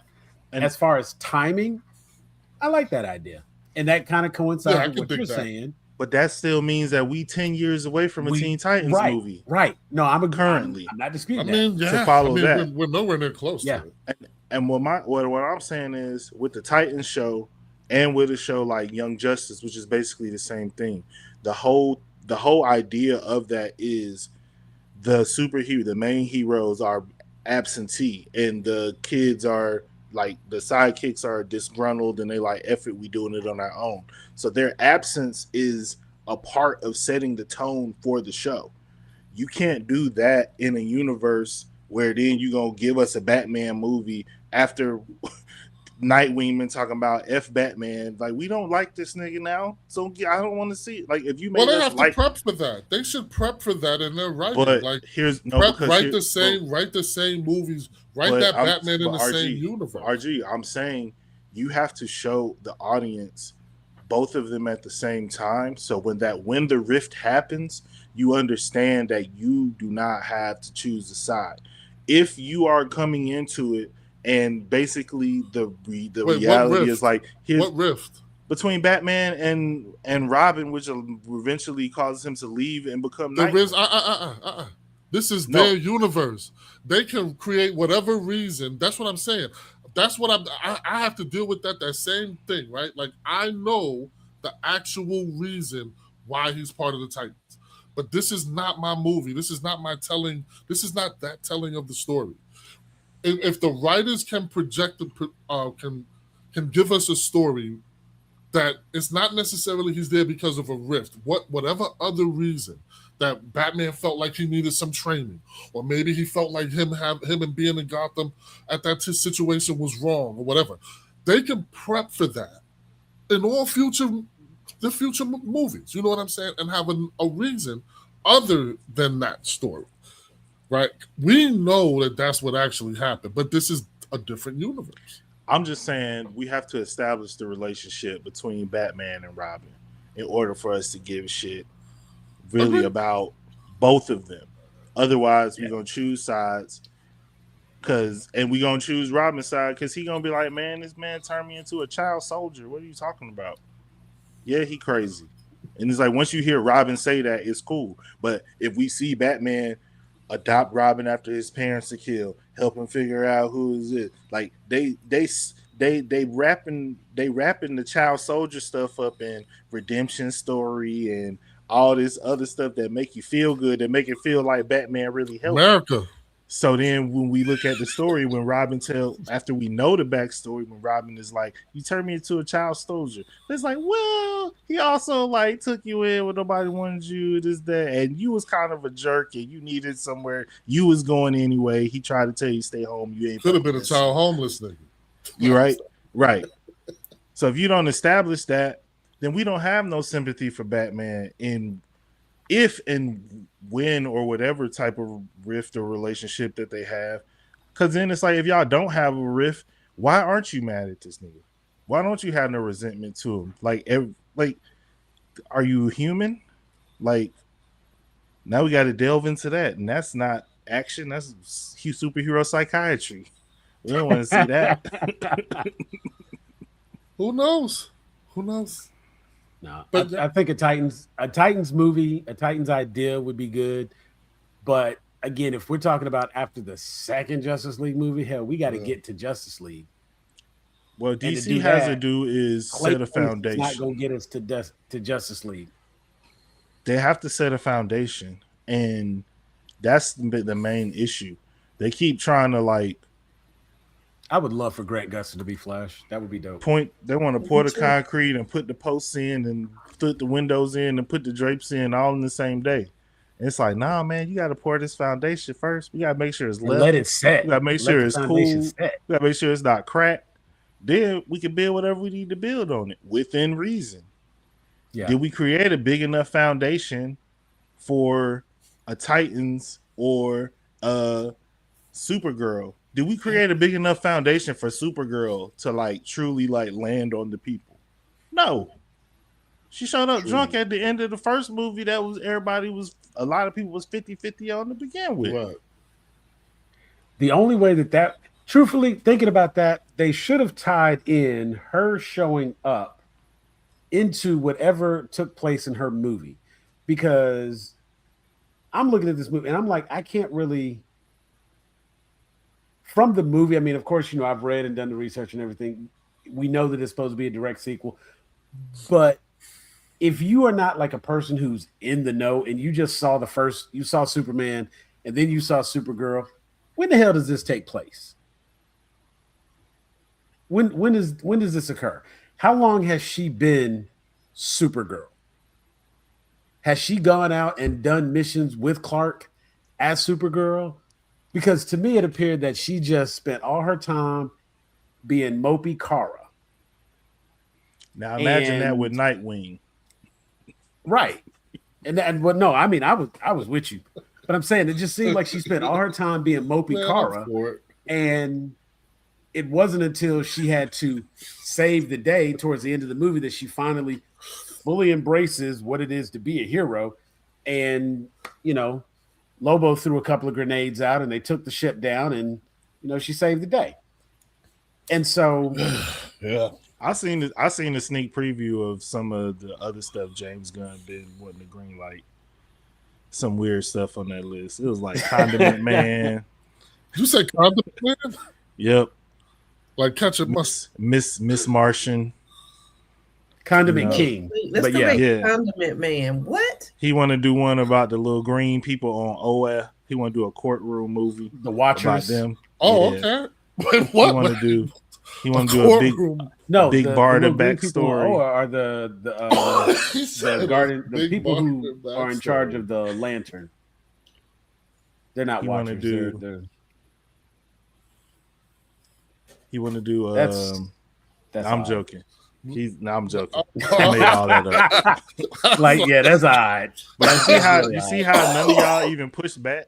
I'm surprised. That's the kind of weird stuff he be doing. I was just confused. I would have been kind of cool with a Big Barda backstory. I ain't mad at Big Barda now. Big Barda, who gonna do cast for that? Hey, do that movie. Meg, we gotta get you in some roles. She has a good story in the cartoon. She has a very good winds up, living. Some of the stuff that they want to do is okay, and it's interesting in its own right. But I don't know that all of that stuff is going to be cinematic, like you mentioned. Getting people out of the house into the theater, I can say 100% that I'm glad I saw Superman in the theater, as it enhanced the experience. Seeing Supergirl in the theater helped, but that wasn't a theater requirement. Did it help? Honestly, there were the visuals, and what I'm saying, like there was some stuff there that made it better.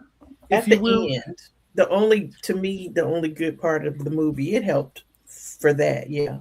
Hey man, once I seen the little veiny cup that they had greenlit, I was like, oh, they don't give a fuck about this movie. I know too many people have to see something like this for people to be like, yeah, that's it right there.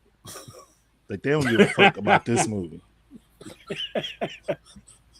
It just kept getting because somebody let that go by. Somebody was like, "Yeah, no, it's fine." It's too many people to have to sign off on something like that for nobody to have been like, unless it was like they greenlit and they didn't pay attention, and then somebody saw it too late. Somebody had to see it because the moment it was released, everybody saw it. So like, somebody on that team saw it. You know what they did? They showed it from the front. And then they didn't spin it around. They just showed the front part with the open coat. They knew. There's no way you could not know. They put it up against a wall. It was like, don't turn it around.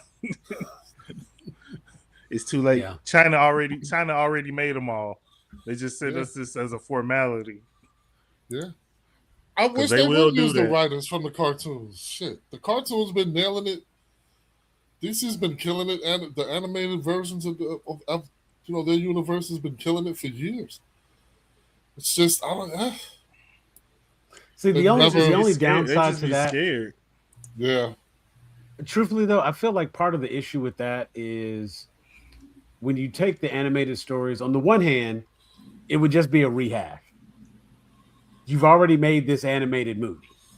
True. It's already a DC animated movie. If you take that and just make that live action. Yeah. All the people bitching and complaining that it's just the same thing, only live action.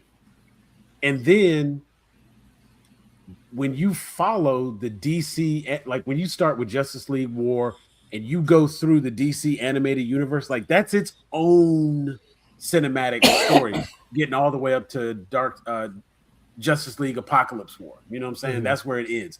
It starts with Flashpoint, it ends there. And every movie that was in between that, these were the same like New 52 era DC characters, you know what I'm saying?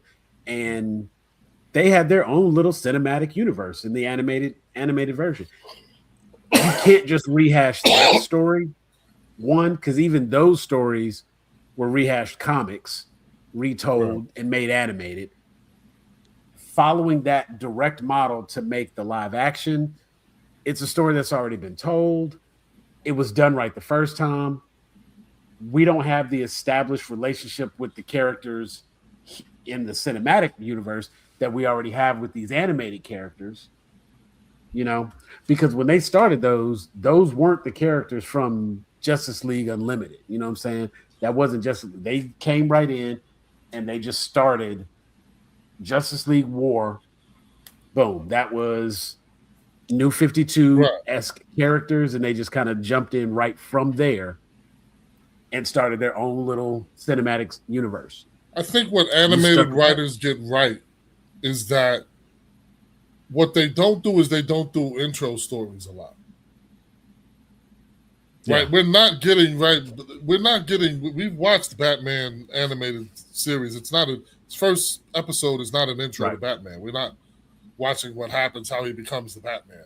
He's in this universe. He's already existing in this universe. You're walking into his world. Part of the story will tell you how his world became that way or how he became that way, or certain things that led him to be, his actions and what's his motivations. But they don't necessarily start the movie. It's not an origin story. Every movie every show in an animated series is not an origin story. And we feel comfortable with that. We're able to walk into those universes comfortable. Like we watch the shows. We don't need to immediately know why these people are here pre-existing with their powers. We don't need to understand how the government works with that or why certain people don't act this way or certain people do. We understand this is what it is. And if the story, right, as the story is being told, the actions of everybody around it and all the things happening in the background makes sense to us, then it's like, okay, well, all right, cool. And that's what keeps us interested, right? These little mini dramas and these pre-existing worlds that we're completely fine with, seeing how they play out. And I think some real life writers need to take notes on that. Like, That's one of the things that this Superman did right. We're coming into a world where Superman's already here. He's here. He's been here. We're not watching him land. He's in the middle of see mom, pop, can't. Yeah. Exactly. You know what I'm saying? I'm completely fine with that. They did a good job of writing that in. They got to stick with that. Like if they stick with that and, keep the characters, develop the characters a little bit more, that's where they struck out on Supergirl is there's no development. You know what I'm saying? She's this exact same person she was kind of at the beginning of this movie. The only reason she got in the shit was to save the dog. That's it. Everything cold, just aligned with saving the dog. So it's like you think people give more. It's like the thing we were talking about earlier with Marvel, right? In the trailer, is how they are showing relationship. They're establishing relationship first and foremost, right? So if you use Marvel as a template, right? They did origin stories, but they did origin stories for characters that we don't know really anything about unless you're a comic person. If they did origin stories for people who do not have movies prior to the MCU. But Spider-Man, we didn't do the origin story for that. We done seen 2 iterations of Spider-Man, 17,000 cartoons. Like, even if you don't know who Spider-Man is, they give you enough information to catch up. And it's kind of done in a way where it's like it's some other shit you can go watch that explain all of this, but we ain't got time to be spending on this because everybody else has already done the reading. You know what I'm saying? Right. So I think they understand the difference between those types of characters. With Superman, you jump right in. We're in this world because we know Superman. We've seen many iterations of the ship crash landing on Earth. It's 10 seasons of Smallville. It's however many seasons of Superman show. It's however many seasons of My Adventures Superman. He was in Justice League Unlimited, all the movies that you name, right? He's the most popular superhero of all time. And people understand exactly what he is. Alien from outer space, who looks like a white man, and the green rock messes him up, right? Supergirl, no. You cannot just throw us into the middle of a drunken binge. I don't know this girl. I don't know this world. I don't know her relationship to the only substantial thing that you've done. So you've created something that is completely untethered, but not substantial enough to stand on its own as part of the foundation of what you're trying to build. Now that people know, like when the original MCU was being made, they left the possibility open for it to be connected, but it wasn't necessarily a guarantee that all of this ties together. Because if one of the movies failed, if they decided, we're not really feeling the superhero thing, if it didn't really take off the way that it did, they could just sever ties and it's not this big cliffhanger thing. Well, we had this coming out that was directly tied to that. Kind of the issue that they got into later on where they was making everything require homework. Yeah. So for DC, it's like, I'm looking at what is the foundation that you're laying right now. You got Superman, which is solid, not perfect, but it's solid. Yeah. And then what you instead of finishing the rest of the foundation, you didn't make a big enough foundation to put something substantial on. And then you tried to put like Supergirl on it, and it's like, well, first of all, where's the rest of the foundation? Where's the first floor of the house? Like, you showing me a chandelier, you showing me a guest, you showing me a workout room that's real dope. But like, where's the kitchen? We don't got a stove in this bitch yet. We ain't got air conditioning. We don't got, you know what I'm saying? None of the bathrooms work. No central plumbing. But you got the cedar closet for your leather jackets all lined up and ready to go. Explain. Right, but you can have a cedar closet, bro. But get some bathrooms and some kitchen and some walls in this motherfucker first. Right. Let's get some plumbing in here first, bro. Yeah. And that doesn't necessarily mean the Batman movie. It doesn't necessarily mean Wonder Woman movie per se, but like Superman with Supergirl on top of it, and it's not an origin. Like I think there's a way that Supergirl could have been foundational, because if you're telling her kind of come to Earth story and Clark is her big cousin and showing her the way type thing, you directly tying it back to Superman, adding to the foundation, showing us how she could and why she does have a different perspective than Clark, and making it about Earth. Like, we don't know enough about this planet that we on right now. All the early Avengers stories took place on Earth. And then once they got together and it was in Avengers, then motherfucker went to space and shit came down from space. But we wasn't out there. We wasn't out there till Thanos showed up. Right. And then motherfuckers got on that rocket ship. But until that, we on Earth, bro. This is what we care about. This is what we know. This is what we into right now. And it's enough space on Earth for you to show us what's popping here before we got to learn about Snarlax and Flarlax and whatever other fucking weird ass planets you trying to take us to for an alien dog. An intergalactic Greyhound bus. Facts. I mean, ultimately, that's they should have told us. May have articulated better what I was saying a moment ago. The story they tried to tell is not the story they told on screen. They told it out of sequence. That is what they could have done. That is what they should have done. That's not what they did. And because of that, the movie didn't come out. It didn't resonate the way it should have. And this movie is worse for following Superman as a result. Yeah, they did it out of sequence. They should have told. I mean, hell, the they story, her backstory first. Supergirl, and then they should have just introduced her with, let's see Kara as a little girl. Let's see her life on Krypton. We know what's going to happen. You don't have to devote a whole lot of time to it. You got to give her a kind of save the cat moment, right? We got to give me a reason to like this little girl first. Give me a reason to root for her.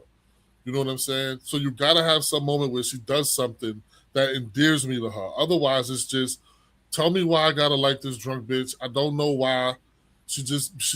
I know she's grieving. I know she's going through shit. I got you, but why do I have to like her again? You know what I'm saying? Like, why do I have to like her again? Like, come on. Like, people are not thinking of, you got to think about it from that perspective. There's people like me that think that way. Like, you know what I'm saying? Why am I going to care about her? You know what I'm saying? Like, why do I have to care about her? So when you introduce her, give her something redeeming. They gave us more to care about in My Adventures with Superman, and she showed up as a villain first. Exactly, right? You know what I'm saying? Like, there's a way for it to be done, even if you don't want it to be an origin story. But drunk washout sorority girl on distant planets avenges her dog is not a logical follow-up to maybe humanity is being punk rock or whatever the fuck he said. Or it might have been, to me, right? Like, it might have been if you establish how close of the timeline are we dealing to when this happened to her.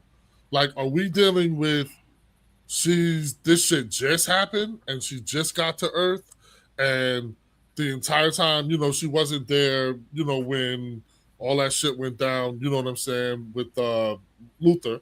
You know what I'm saying? So, if whatever the gap in time is that she wasn't there, right? If this is a recent thing that happened to her, I can accept it, right? I can accept that behavior. I can accept her going through that shit.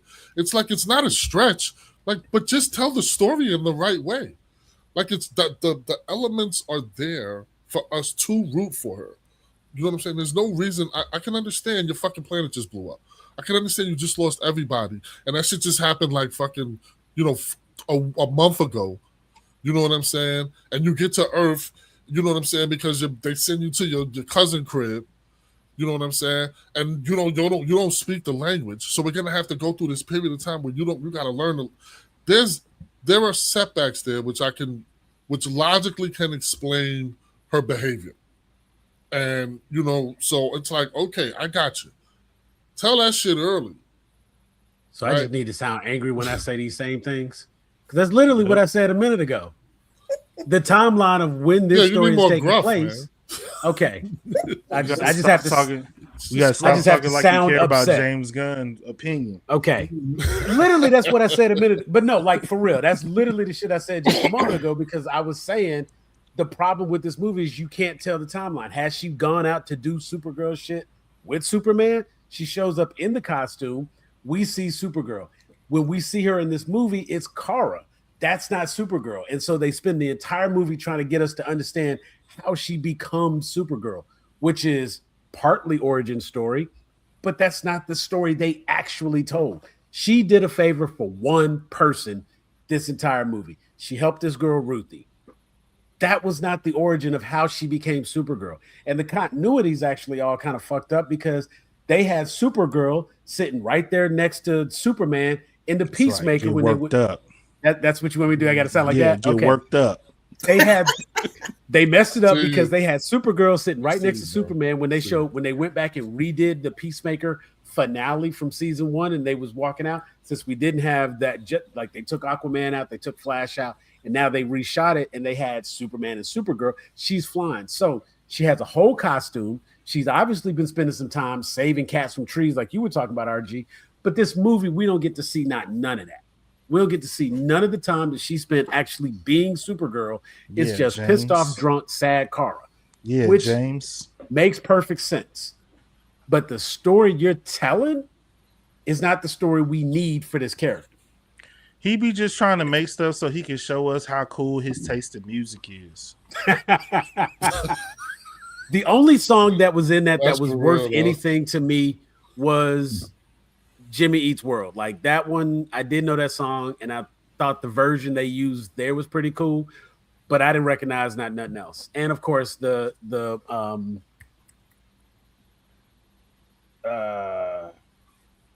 Call Me, that's like the main theme song for the movie. Yeah. Oh, God. But you know, he got access to way more weird music now because he got Warner Brothers, so they got Warner Music. Blue Beetle is supposed to be coming back. That's what I just Man of Tomorrow. Yeah. Yeah, he'll be in Man of Tomorrow.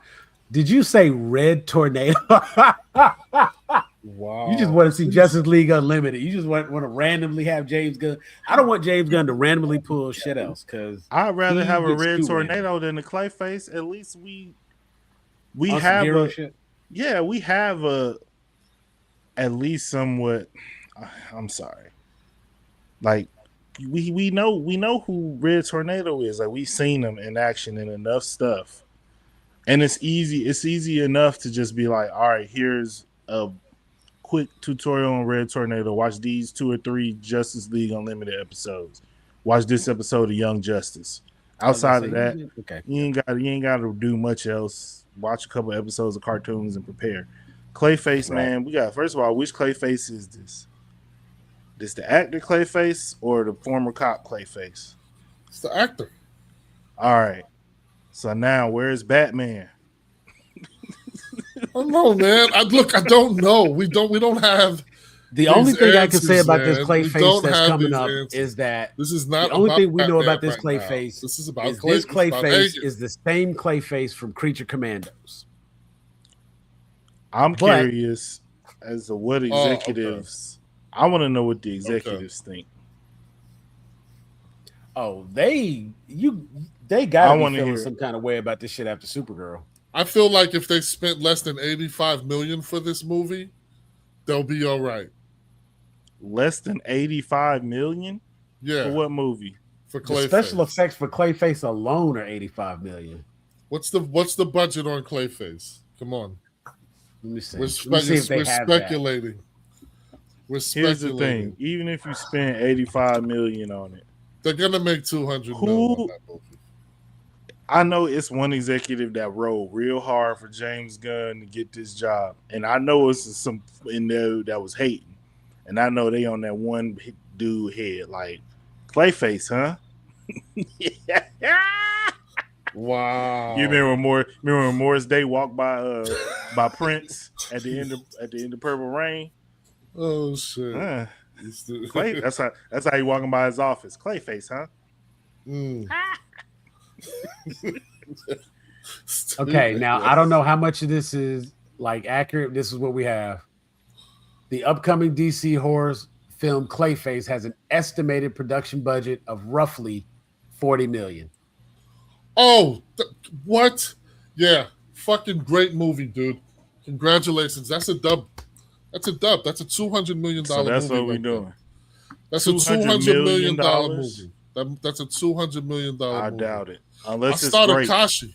Let's just do Akashi.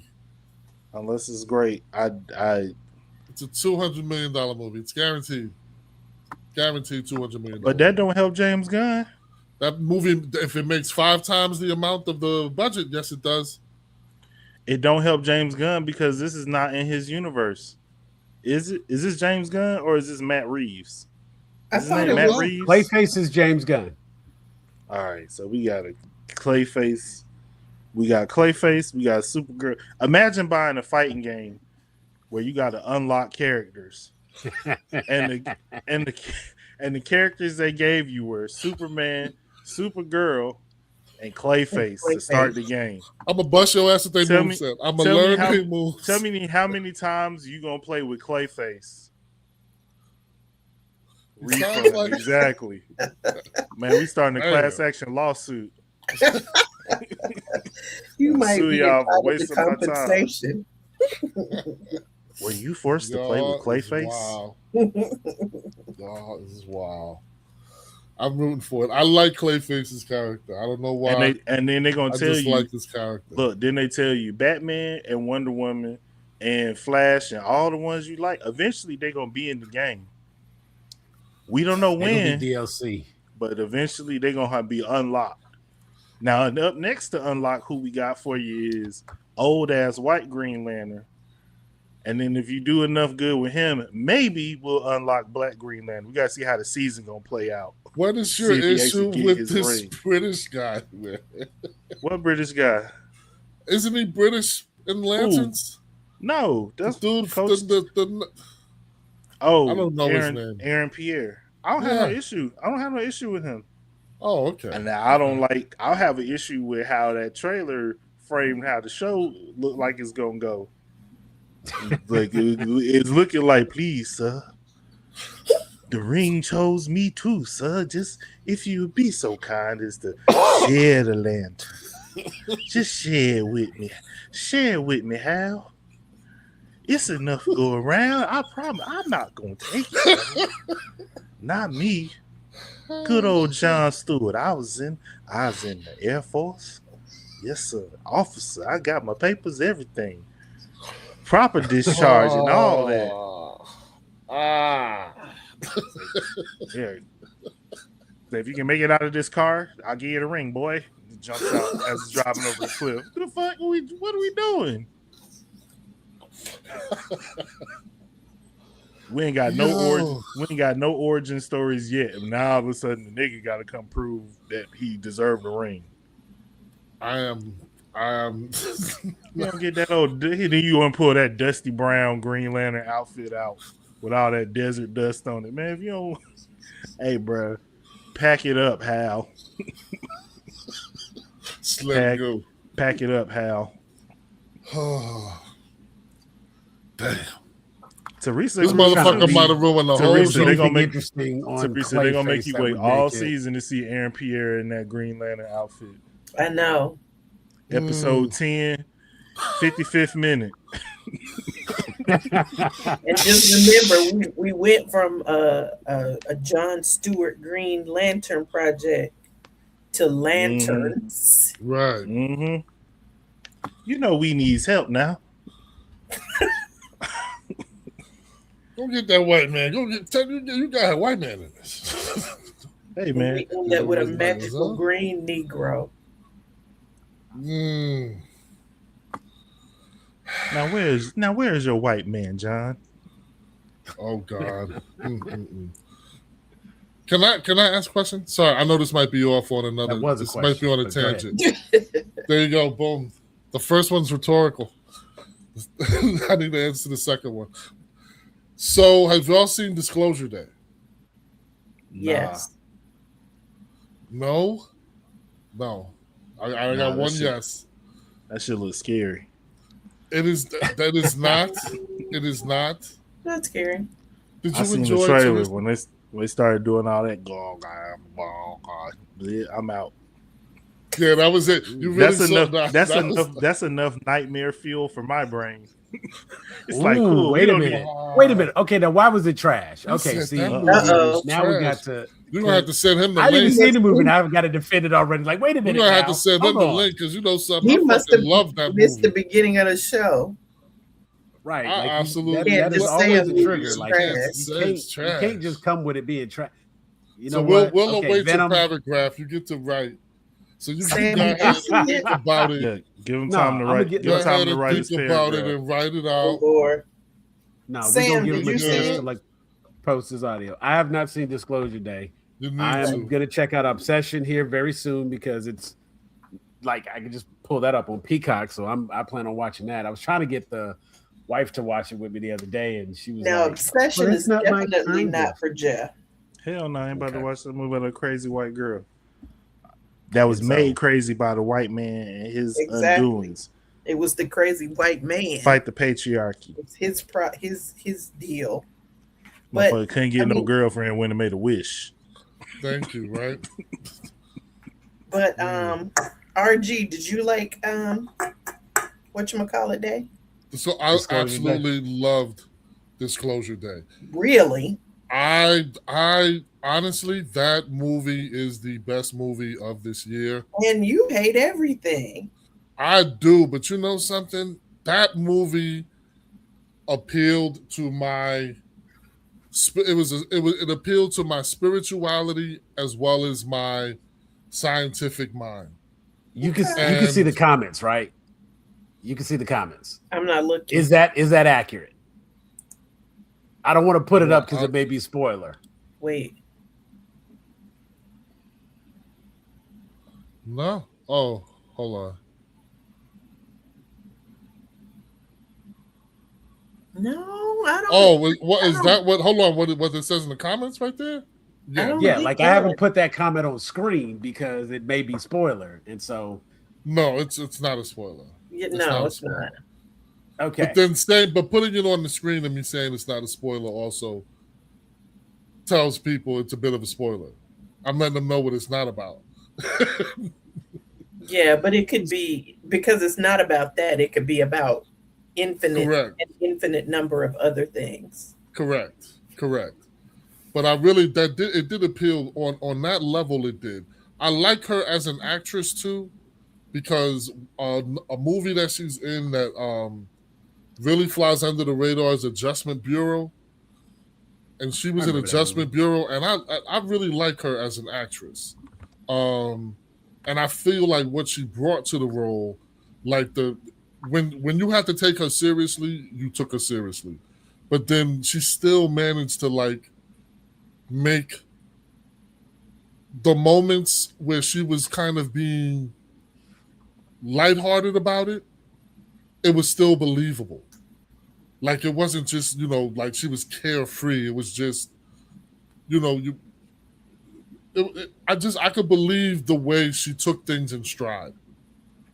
So it was a very good movie. It was I came out that movie and I was like fucking super refreshed. I was like, holy shit.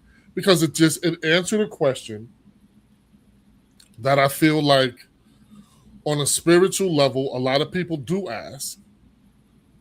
But then I feel like it's a question that a lot of scientific minds kind of push off. But then it was like, wait a minute, no. It kind of reconciles both things very well. It reconciles scientifically and spiritually quite well. And that was the primary appeal of it. Plus, it was an adventure movie. It was a fucking adventure.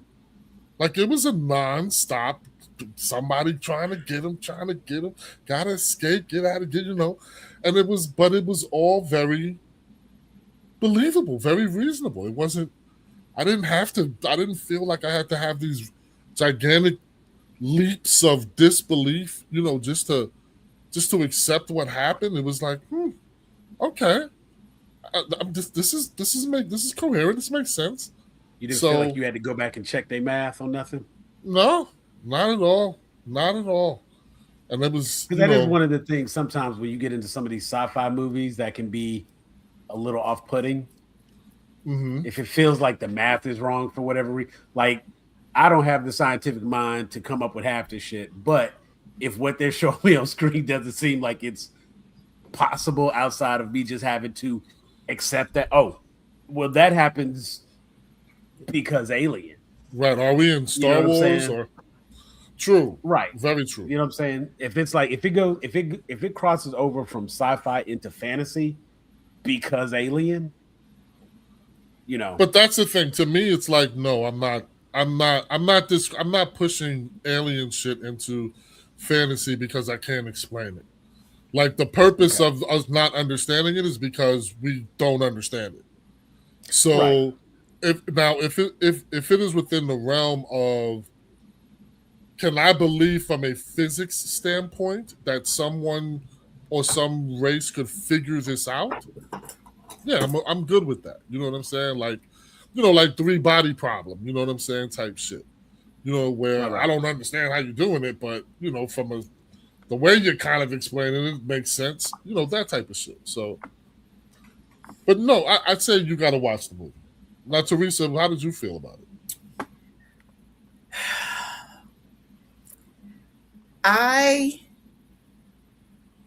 It had its moments, but I was overall underwhelmed. And I was actually kind of surprised because, you know, it's a Steven Spielberg movie. True. So I was expecting to be like enveloped and, you know, along for a whole ride. And I was actually kind of bored. Like I said, it had its moments. I enjoyed the stuff that probably would have freaked Jeffrey out. You know, the trance she went into and speaking the language and then waking up and being able to speak all these different languages fluently and stuff. So it definitely had its moments, and how freaked out her boyfriend was about everything. But by and large, it just didn't hook me. Okay. I agree with Teresa. I was playing. On this item I haven't seen. Yeah. As far as like the sci-fi stuff, I am curious to see like Disclosure Day was, you know, I don't know, that real life people meet aliens idea is like 50-50 on my interest sometimes. If it shows enough. What was the one with it was like the team of female scientists and military go to explore? Is that The Arrival? Like that one I liked. You know what I'm saying? Hell, the other Arrival with Charlie Sheen. Little kid's legs fold back. You know what I'm saying? That was like, awesome, yes. That one I liked. You know, but then it's like 3 or 4 others that were like, yeah. You know what I'm saying? I didn't really care for any of those. So it's like, it's not the first thing on my radar to see, but something like Project Hail Mary, I am interested in that. I do want to see that. That shit was absolutely another one. Yeah, that movie is spectacular. I've been working a lot. Yeah. It has been busy. In fact, I messed up my calendar and I got to figure out next week. I thought it was this week, and I'm like, no. Okay. I'm off tomorrow, but Project Hail Mary, I really enjoyed. Okay. See, I like that. I did too. That I did too. That was a very good. I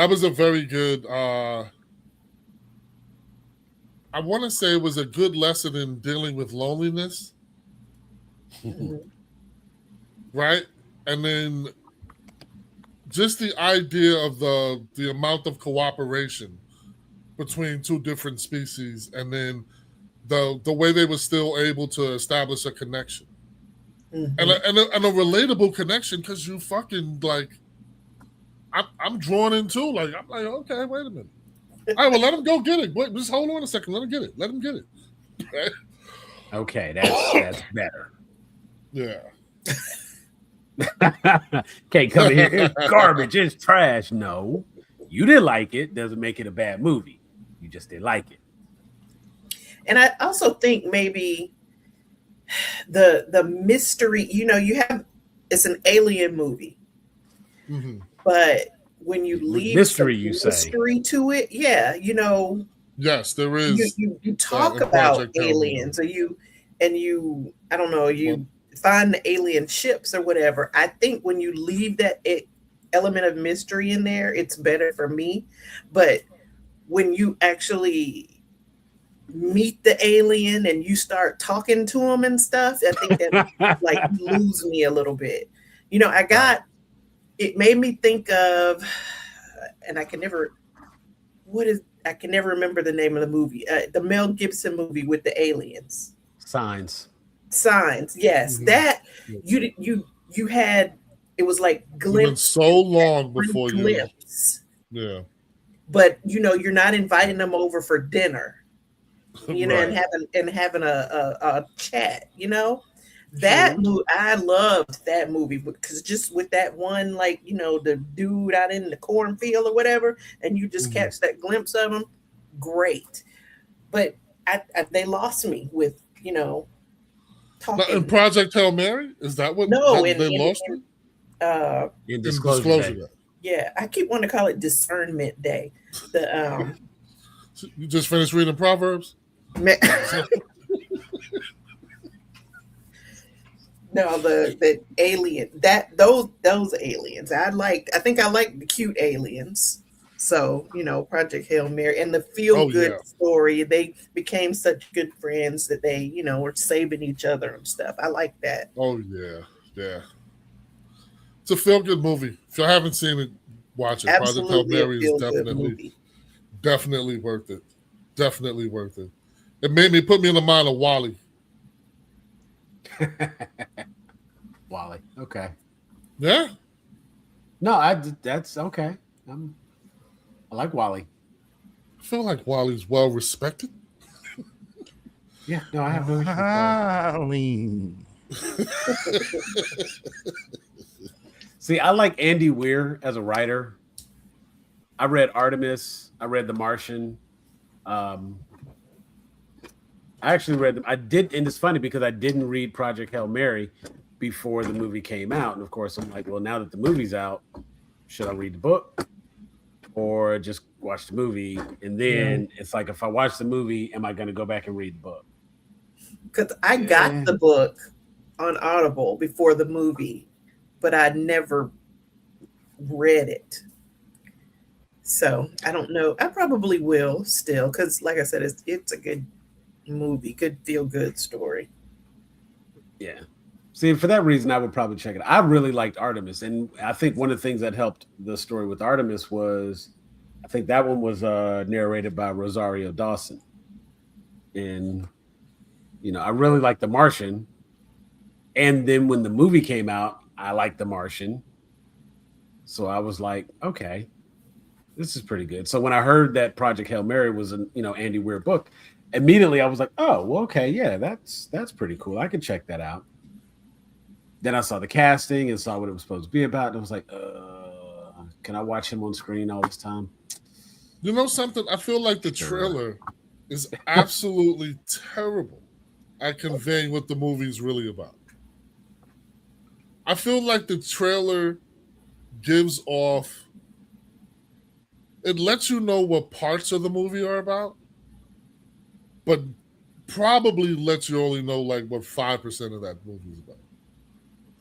95. When I saw that movie, I was like, I did not think this was the direction this movie was going to go. Yeah, because the trailer really. The trailer makes it seem like a buddy cop. We have to survive, so we have to team. Remember Enemy Mine? God, I just aged myself. Remember Enemy Mine? Yes. That was the very first thing that came to mind from the trailer. We are two aliens, foreign to one another, and we have to work together to survive whatever the thing is that we have to survive. But I know what this story is about, and I know that the trailer doesn't talk about the big part that's gonna be in this. Yeah. And I don't remember that. I didn't get that out the trailer when I saw the trailer. I did not think it was some buddy type shit. I thought it was a dude out in space who was hallucinating. And we was like trying to figure out whether or not he was hallucinating this character. Like, was he really seeing an alien? Was he really dealing with an alien? Like, no, he and Rocky have to work together because, like, the trailer even goes on to say that, you know, he and Rocky both have to work because both of their planets are dying or whatever, and so they have to figure it out together in order to survive. Like, that's what comes from the trailer, and that's why I was like, enemy mine. Okay, so here we have this random alien. So of course you've got to overcome a language barrier. They have to figure out how to communicate with one another. Da da da da da da. So of course it's the trailer presents it as though this whole, and you know, let me throw up the spoiler part because I know it's probably a big deal. And if somebody gets to this point, then you know, I know Jeff don't care about this type of stuff for spoilers, but I can see how you know, these two people have to work together in order to survive. They're in space, resources, options are all limited, and you have an alien and you have this human. They have to work together. The fact that this man wakes up on the ship with amnesia is a major fucking plot point for this story. Wait, how did you know? You didn't see the movie? I'm an Andy Weir fan. I know what the book is about. Oh, yeah, he read the book. He read the book. What else was like I haven't finished it. I haven't gone through all of it, and that's why I was like, you know, do I just want to finish this? Just type shit. You know what I'm saying? I'm wondering why you're saying that, and I'm like about the trailer because I'm like the trailer. Yeah, like, no, the trailer comes off working the together. trailer just comes off like these two people have to work together to live and survive and do the thing and da da da. You know what I'm saying? It's very two species have to overcome this objective. Like I said, because of that, you're gonna have language barriers, all of this stuff that he's got to figure out how to communicate with Rocky. 1 tap for yes, 2 taps for no. Mm-hmm. All of that was like, okay, this will be a good watch. But the story of this guy is a big deal for what's happening. You know what I'm saying? And that's a major. That was the same thing with The Martian. You know what I'm saying? Like it was just, oh, this dude's stranded on Mars, but it's like his overcoming the objectives, his fight for survival in order to come home, not just live, but to come home. Right. You know, and it was like the way he paced out days and learning to survive. Like it's Andy Weir. It was a good story. I was very interested. So this one I am going to see. Like I would probably, let's see, where can I watch? Can I watch this one now? I can probably watch Project Hail Mary now on what? I feel like it might have just come onto streaming. Amazon I had to pay for it. Oh, did you? I'm checking. No, it is available on Prime right now. So okay. Yeah, I feel like it just started. Yeah.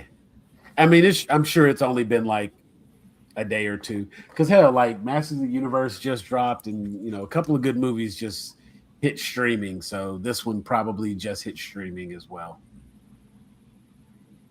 And so got that little bit out right there. But yeah, that gives me something to check out. I would still have to pay for Disclosure Day. Don't 1 and 1. I'm not convinced. I'm not convinced. You know, I will get around to it. And RG, I am gonna watch it just on the strength of you saying that you liked it. I have to get a repertoire of movies that you actually like, so that I have valid comparison when you dislike something. We really should record these rare moments. You know my anime likes, right? Like my anime. But see, anime is a category completely separate that doesn't seem to hold the same with movies. I feel like I have legitimately laid down the understanding. If you tell a stupid story, that I have to do a whole bunch of fucking stretching and fucking yoga in order. There you go. In order to fucking get the point of why you went from plot A to plot B. I'm gonna hate on your shit. I'm hating shit, right? I'm just gonna hate on it. Like, or if your lead character looks like a fucking douchebag, I'm probably gonna hate on it then. So, sometimes it's reasonable, sometimes it ain't. You really feel some kind of way. The fact that he's living rent free in your head like that is concerning. Nah, I don't even remember. I didn't even remember his name. I just. But you remember you don't like the way he looks. He looks like I just know I've seen him.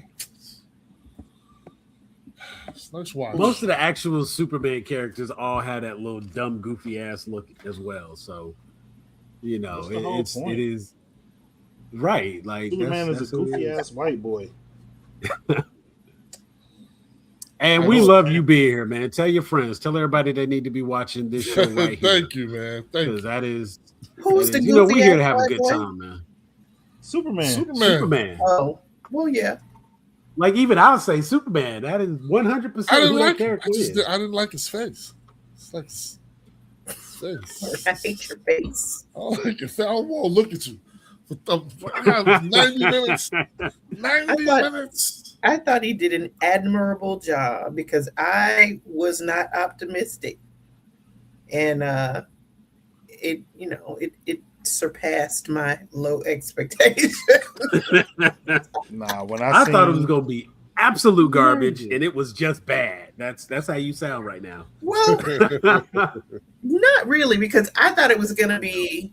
I mean, not absolute garbage, but I just didn't know. There were so many wild cards. I never heard of this David Corn Sweat person. Right. I just had no idea, and I liked it. I really liked Superman. I think that's why I really didn't like Supergirl. 100%. They're just so different. And for anybody that needs a better understanding of our feelings on Supergirl, go back and check out Teresa and I's review of Supergirl.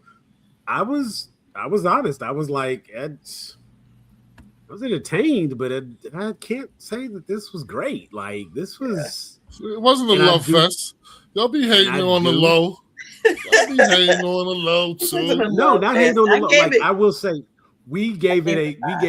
Yeah, it was a very low reviewed movie, and y'all know I like everything, and I was even expecting 100% to come in and be like, "Oh yeah, Supergirl is gonna be." I'm like, y'all didn't have Superman in this enough because the shit I was showing was like so unconcerning, and I read the comic, so that did not help.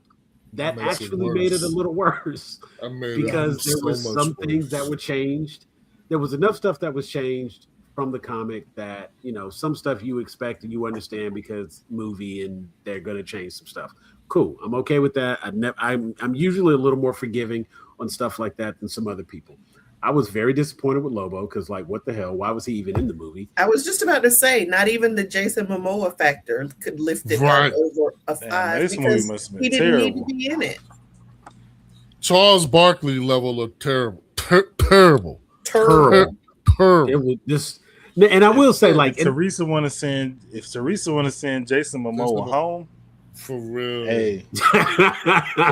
There you go. I mean, you just told him, no, baby. You'll just turn around, baby. No. It is legitimately because he did very little. He did not. He acted like Jason Momoa. He probably did it all in fucking Justice League. Pretending to be Aquaman. That was my comment. That was what okay. Anyway, because I don't even want to talk about Supergirl no more. Like I just want to talk about let's talk about Man of Tomorrow. Have y'all seen switch it up. This random. This is random. Have you can legitimately switch it up. Suit for Lex Luthor. He got the purple and green mech suit.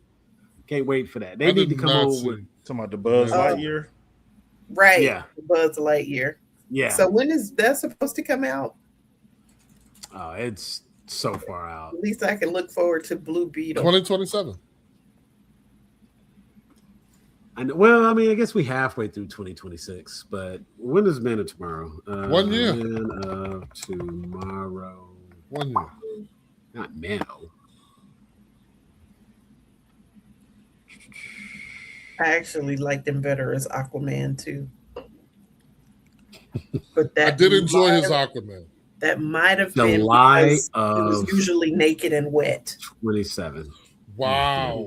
Hey, it's a family program. Can we No, it's after look. It's after 11. Look, it's almost midnight. You just hit gag after dark.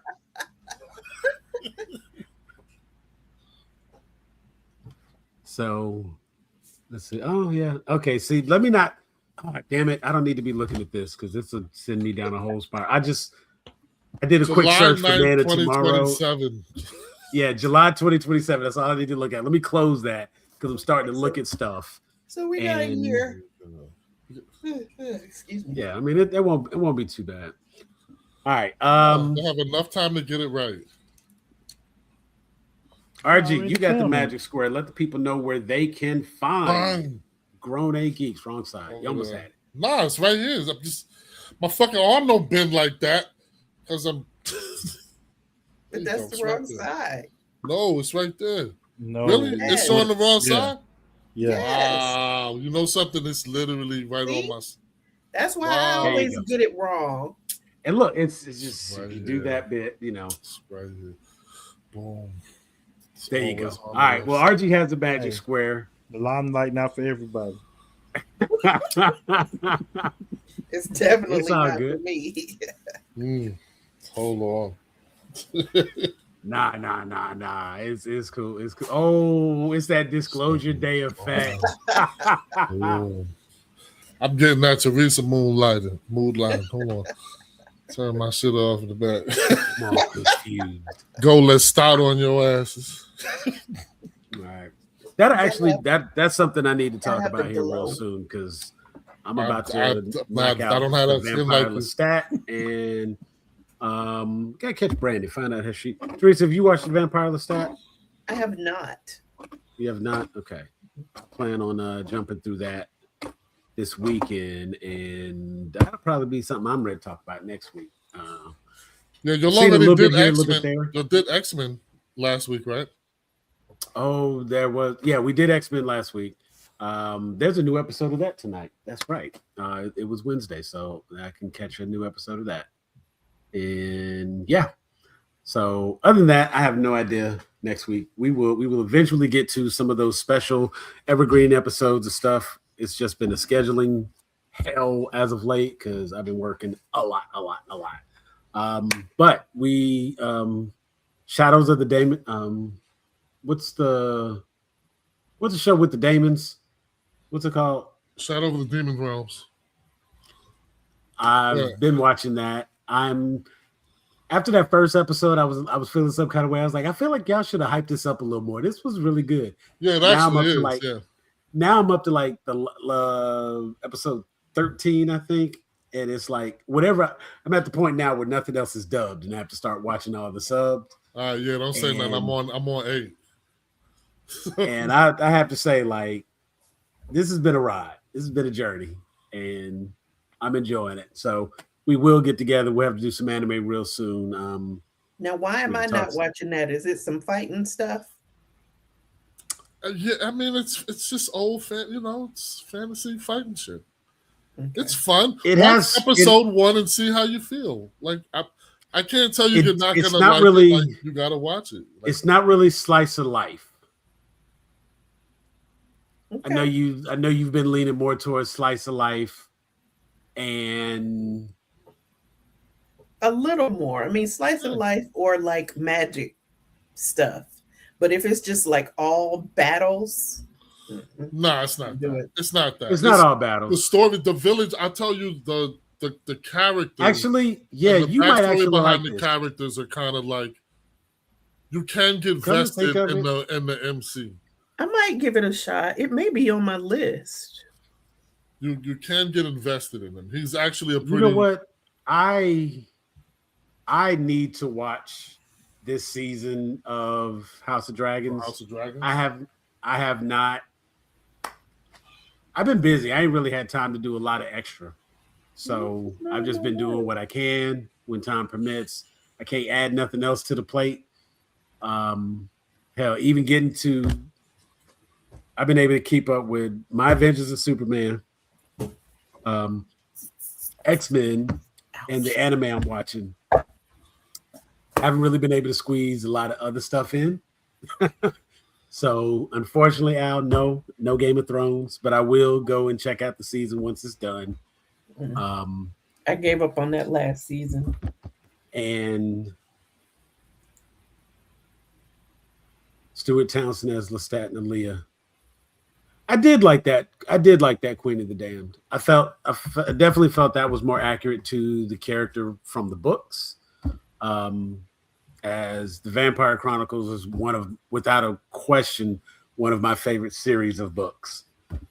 So I've consumed everything that has been revolving around this.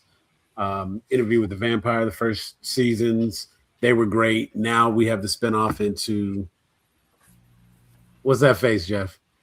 Well, that motherfucker talking like a vampire. He's like, I've consumed everything.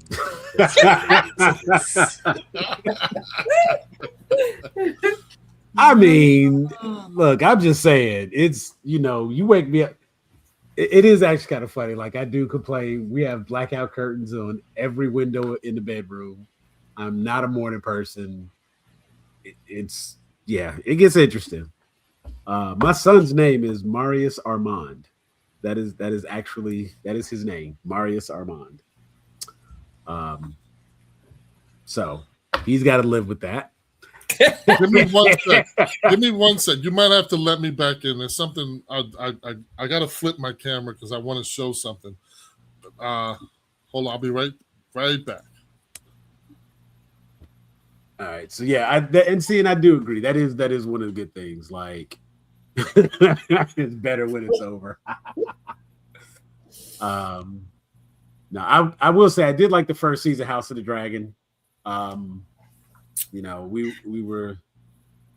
It was a lot happening. What I was really thrown by was I did not remember or recognize, I guess at the time, that let me see something here. House of the Dragon. Because the actress who is in House of the Dragon, the Queen. There we go. Cast. Nope. The Queen. Yes. Rhaenyra.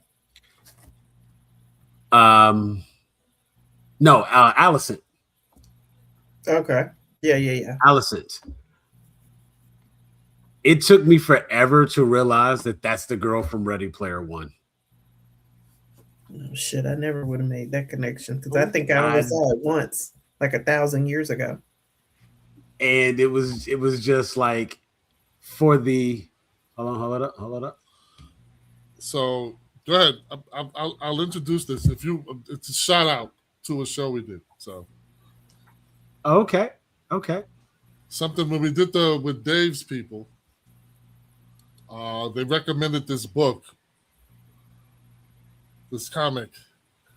Okay. I don't know. It's probably backwards. Is it backwards? No, it's upright. You're good. It's straight. Oh, okay. So why is it just showing on my shit backwards? That's crazy. Because you're looking at your camera. Right. You're fine. It's showing correctly. Don't change nothing. Excellent. All right. Good deal. Just trust that. Good deal. Yeah. So I want to shout them out, man. What we did with his clan, and one of the members of his clan is involved in this book. Dope, just incredibly dope. So Just shout out for the listeners. All right. Well, that's pretty. That is. You know what? I'm gonna check that out then. I do remember we were talking about that. We were trying to figure out, and of course we were like, it had the Orishas and So yeah. I do remember that. That's pretty cool, man. So you wouldn't got that now? Is that is on Amazon? It's very heavy quality comic. It's almost graphic novel. Okay. Yeah. Yeah, I consider this a graphic novel. It's like a large size manga. About the same number of pages as a large size manga. It's nice. It's incredible. The quality is incredible. The artwork is fucking flawless. Like story's good. Like it's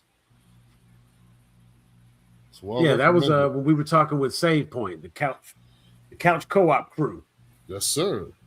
Dave and group were on. Okay, that's what's up. Well, I will pass that. I will relay that message on and make sure that they're aware that you have picked that up, and I will have to check that out myself. So you say it's on Amazon? Shoot me that link. I will look into that. I picked up last couple of comics I got. I've been getting the DC mini collections. They're about the size of manga. And they're only like $10, and they're like full thick graphic novels, and they're gonna look really good when I redo the room and have like that shelf of all of those graphic novels, because it'll look like the manga collection. Right, and all DC stories, and like I said, they're just $10, and they're small little paperbacks, and it's pretty cool. So I picked up Far Sector. That's where I got the Supergirl. Because I kept debating on whether or not I was going to get the full size Tom King graphic novel Supergirl, and they was one. Of course, as the movie got closer, the price kept. I'm not going to pay that. I ain't mad at you. Nah, so I got the $10 versions, and that's worked out well for me. So yeah, we got to talk some anime next week. We'll try to get through. I'll have Obsession watched at some point this weekend. If the wife watch it with me, cool. If not, I'm gonna watch it myself. Has anybody bit the bullet and watched Backrooms? Okay. Is it streaming? Backrooms. I was about to say, Backrooms goes the same route as Obsession. Definitely wait. I will probably do that as well. Because I don't know the lore. So, I mean, I don't know the whole like social media. You don't have to. You don't have to. The movie. The only thing I will say, like, one of the things I was watching it with my wife, I told her, there's the way it was filmed online actually made it more spookier. Like the whole found footage thing, like made it look a lot more spookier. This one was a movie, so it had like music and shit like that. So it was a bit more cinematic. I mean, I'm looking at this cast and I'm like, they look creepy. These people look a little scary.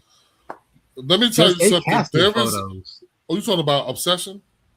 No, Backrooms. So you know it's Homeboy, 12 Years a Slave, Homeboy. You know what I'm saying? Tell Edgy or Four. Thank you, because I was not gonna do that shit. But I knew it was either Chiwetel or David or Yellow. I cannot remember, but he's dope. Jeff's boy. So David is the one who think he better than us. Well, he thinks we got slave in our. Nigga gonna play Martin Luther King, then go play some movie about a white, African prince trying to marry a white lady. Can't do that. Yeah, that's not right. Oh man, that's not right. Yeah, why you shit on Homeboy like that? Was that? Did that happen? Nah. Was that a documentary? So he played that movie. What movie was that? Man, I was done with him right at that moment. Oh, you mean like in real life? Yeah, in real life, he played a movie about an African prince who married a white lady, and it was like a whole thing. A white lady? I don't know. That's why he made the movie, so we would know who it is. And we still don't know. Man, he don't see that movie. See, they don't be understanding Black Americans. We not with all that. See, they in terms of they have their own like mixed race category for people. See, over here, we just now getting where people like I'm biracial. It's like before that, we know what time it was. Okay, so shit that fucked Tyler up. So he married to a white lady in real life, and so he used that MLK stuff. That's his end, and now he's the nigga who played MLK. Now come see my movie about the story I really want to tell, because I'm an African man married to a white woman, and it was all made possible due to this prince. That's African loving. So African loving. Wow. Wow. The writers of The Polygamists are clutching their pearls right now. And there's no disrespect to people who, marry, procreate, date, love, whatever, with members of a race they're not a part of. But as it's like, if you're gonna play Martin Luther King, you also gotta understand like what the expectations are. Right, you gotta pick a side. Because you're in a position of power, they letting you play every Negro you want to play. So here you come. Now you're not the African prince no more. Now you Bass Reeves, slave mouth, mush mouth version of Bass Reeves, though, with some subservience in it. What's your next project? Government cheese. Excuse me? Not British government cheese. The American down in his luck. Oh, you down on your luck, huh?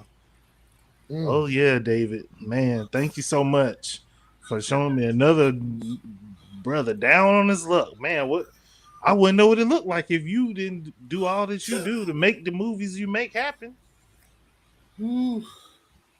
That's all he do. He get on his high horse and be Selma would not even have been made if it were not for I'm the one who brought that project.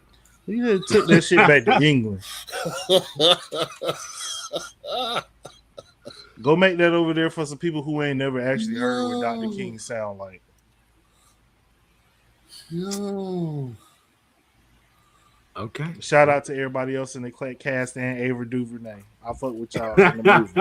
Just not him or his portrayal. So that's why you died in Reacher.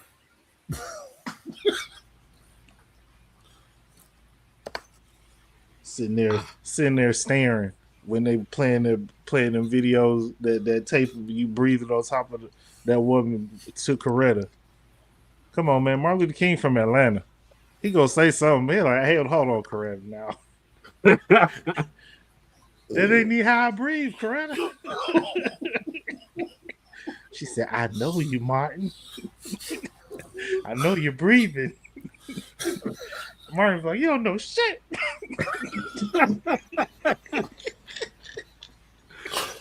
Oh, this almost feels blasphemous. I was going to say, how is this where we're closing? Wait a minute now. Okay. No. I'm delirious, man. I really feel like we need to stop before we can't. We told you it was going to get interesting by the time this cup got low. Right. Look. Y'all heard me earlier.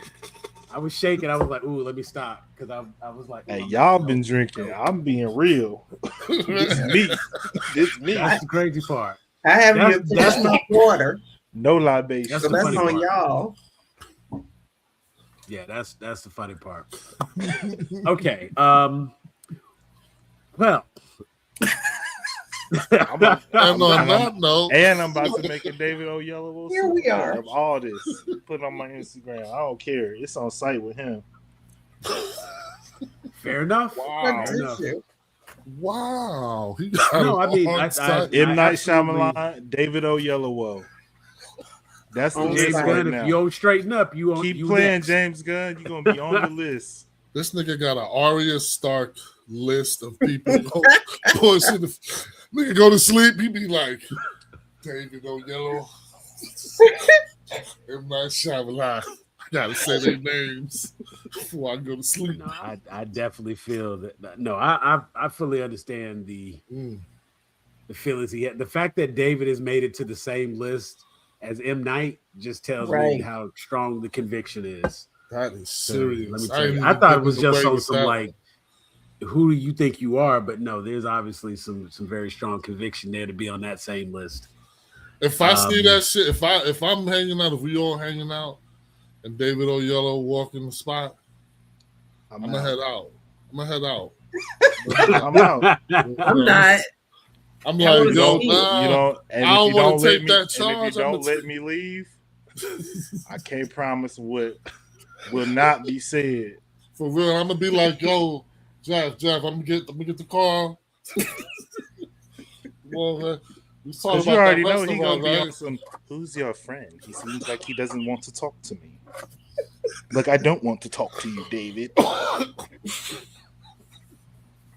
Meanwhile, my instigating ass, David, hey, come here. For real. Right. Hey, come here. So what was that you had said? For grown ass geeks. Right. Hold on, let me put this microphone on you real quick, bro. What is this grown ass geeks? Grown ass geeks. What is an ass geek? You know what? Just say grown A. Don't even worry about it, dog. You're thinking too hard. Too hard. Say, no, this is good. I could make this movie. Let me get in the grown ass geeks. Add some subservience to it. Grown ass geeks. Yeah, see, I'm there. I'm David Oyelowo. I'm in character. I'm an American black man. I'm a black man from America now.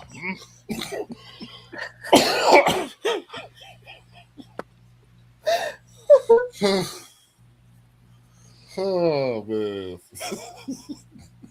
Nah, man. You know the crazy part? I was actually gonna watch the movie that he was in with Penny from Big Bang Theory because I wanted to see her. She plays like an action. She's a spy and whatnot. But of course, like now, I just feel like I can't properly support that. I'm not here to turn nobody off from David Oyelowo. I'm just speaking. He's just trying to explain. Feelings. If we see him punch him in the face, don't be like, "Oh, I didn't know he was going to do that." Just don't be shocked. He told me. So, yes. Just don't be shocked. I don't know. It's been out for a while. If I was going to watch it, I'm sure I would have seen it by now. So, but him being in it was not a selling point.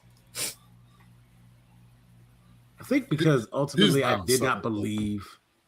Yeah, like I didn't believe. Yeah, I didn't see Selma. Selma was a good movie, and all around there were great performances in that movie. His performance in that movie was not bad, but it was not a good Martin Luther King. Gotcha. He met the emotional moments, all the stakes, and the cinematography and the writing and all that was amazing. But I'm sorry, I've just heard too much Dr. King in my life for me to allow myself. I could not suspend the disbelief. Okay, yeah, that's what I remember. I remember him not sounding anything like. I've seen previous TV versions of him that were like, "Oh, okay, yeah, right, yeah." So I couldn't do it with him. Yeah, if he's not gonna move me. Yeah, like look, we know how this ends. Now we know why he didn't move because he was subservient. He put too much subservience on it. Oh yes, yo. Too much, and that probably would have been the one that would have been subservient. Okay, look, I'm off tomorrow. Y'all not gonna be holding me up. Y'all not gonna be holding this against me because I'm sure y'all got shit to do tomorrow. I'm off relaxing. No, I don't. We're good. I'm just fucking with you. Nah, we got more time for David Oyelowo. Look, I'm not. Look, you already time. see. You already see. I'm not. Look, I'm gonna they wake gonna up catch at whatever 5 they o'clock catch for no apparent reason anyway. So thank you. That's just how it works. Do that shit when you're on vacation. Yeah. Now I will say, like, just to put it in perspective, how tired I have been with all of the work. First off, we had a 6-day work week last week, and no, that was 2 weeks ago. We had a 6-day work week, and then they did not originally schedule me to have my weekend off as I'm supposed to have, and because I didn't get my weekend off, I had to go in and coordinate to get it scheduled. So I have this weekend coming off, which coincides with my wife's birthday. And then next weekend is my son's birthday. I got off work yesterday and came home and nobody was at home. So, you know, I like stopped to grab me something to eat on the way. I was trying to watch some TV and I was sitting at the table and kind of nodding. And I was like, it is 6 o'clock in the afternoon. I should not be falling asleep at the table. That is crazy. So I said, you know what? We'll go upstairs, lay down for a hot second. My wife was trying to pull my boots off at some point. 2 o'clock in the morning, I woke up and was like kind of looking around because I wasn't under the cover. Like, where am I? I just got back into bed and got up this morning when my alarm went off at 6. So I literally slept like 12 hours yesterday because I fell asleep around 6 and I didn't get up until 6 this morning. And it was nice to finally feel like I actually got some damn rest. All right. Go ahead, give us the close. Give us the close. Oh no, I'm feeling nice and refreshed. That's what I'm trying to let you know. I'm very well refreshed. I don't want y'all waking up at 5 a.m. pissed off that you just went to bed because we was listening more about David or Yellow. My hormones are going to wake me up at 5:45 regardless. They're going to be like, it's morning, and it's not really morning. Not sing-songy voice. Just laying in the bed like. Why haven't we got Lawrence Fishburne, Martin Luther King? I don't think we want that. I don't want another movie about Martin Luther King. Can I just be honest? I'm good. Yeah, you got a point. I'm good. I think you would have to come with like an extremely interesting angle. Like Martin Luther King getting like Batman. Like we don't need to see the pearls in the gutter no more. Right. So unless you about to show us something different, like that's what I will say about Selma. I think that it did a good job of showing a lot of the planning behind the scenes. It did a good job of showing a lot of the like sentiment towards King. It wasn't all positive because some of the groups felt like this nigga just show up when it get hot. So the TV cameras, you know what I'm saying? So it showed a lot of that, which I definitely like respect in terms of telling a unique story. Because I mean, even the Rustin Bayard Rustin movie, I mean, it tells the story of how the March on Washington came together, but it's not focused on the "I Have a Dream" speech being like this central thing. It's focused on the work being done behind the scenes. And I think if they're going to do more movies about that time period, it needs to be more stuff like that that's constructive and less stuff that's just like tugging on emotional heartstrings trying to make white people feel better because they can look and say, well, at least I ain't as bad as them white folks. Yeah, I cried when I saw The Help when she fired Viola Davis. True story, because I was sitting next to a white lady that was crying. Oh my god, bro! I wanted to shake her. Yeah, I believe. I don't want no more movies, about somewhat historical characters that are not actually historical anymore. Like, chill. I really don't want. I want escapism. I don't want a lesson. I don't want the backstory. You're ruining it. You're gonna ruin it for me. You know what I'm saying? Like, I just don't want to know. Like, I don't want a Michael Jackson. I don't want another Michael Jackson movie. I don't want None of that. I want to just listen to the music, man. Hold up. Can I just enjoy the music? Hey, green like MJ2, whatever they go, Michael 2. Right. They need to finish bad era. Nah, go ahead, because everybody be singing and shit. And they need to finish that concert movie. Yeah, y'all be singing and enjoying that shit. It's all good. I got it from my family. I got it from when I was on vacation in Florida. I got it. They had like a whole movie room. Bunch of people in my family had not gone to the movies to see it, so we had the movie room in there. Yeah, it's a concert movie. All I hear is them singing. Yeah. All I hear is them singing. It's also like we said on the review, that movie wasn't for us. We lived it to a degree in various stages. But all these kids, man, we was at the repast of my funeral. What my little cousins doing? Trying to moonwalk. Right. Same shit I was doing 30-something years ago at some funeral I wasn't supposed to be dancing at. You know what I'm saying? So we got to continue some of this stuff for the next generation so they understand. But it's got to be done up because you're not about to get none of these kids to sit down and watch 5 hours of the American Dream. We know that because we watch it for nostalgic purposes. But they're like 5 hours, bro. Just show me the Michael Jackson videos. What? Who is all these other niggas? Why are they carrying bricks? But there's a lot of brick carrying in this movie. We get to the singing. For real. Felt. Definitely felt. Time will tell. Time will tell. I'm looking forward to some news stories. I need some news stories. I'm looking forward to the blood and bone type shit. Like I don't know those stories. I have the book on. I have the book on Audible, but I don't sit still for 20 minutes longer than 20 minutes to really digest digest the book well enough to understand what's going on. So have you not listened to the whole thing? Nah, I don't think I'm done with the first chapter. Okay.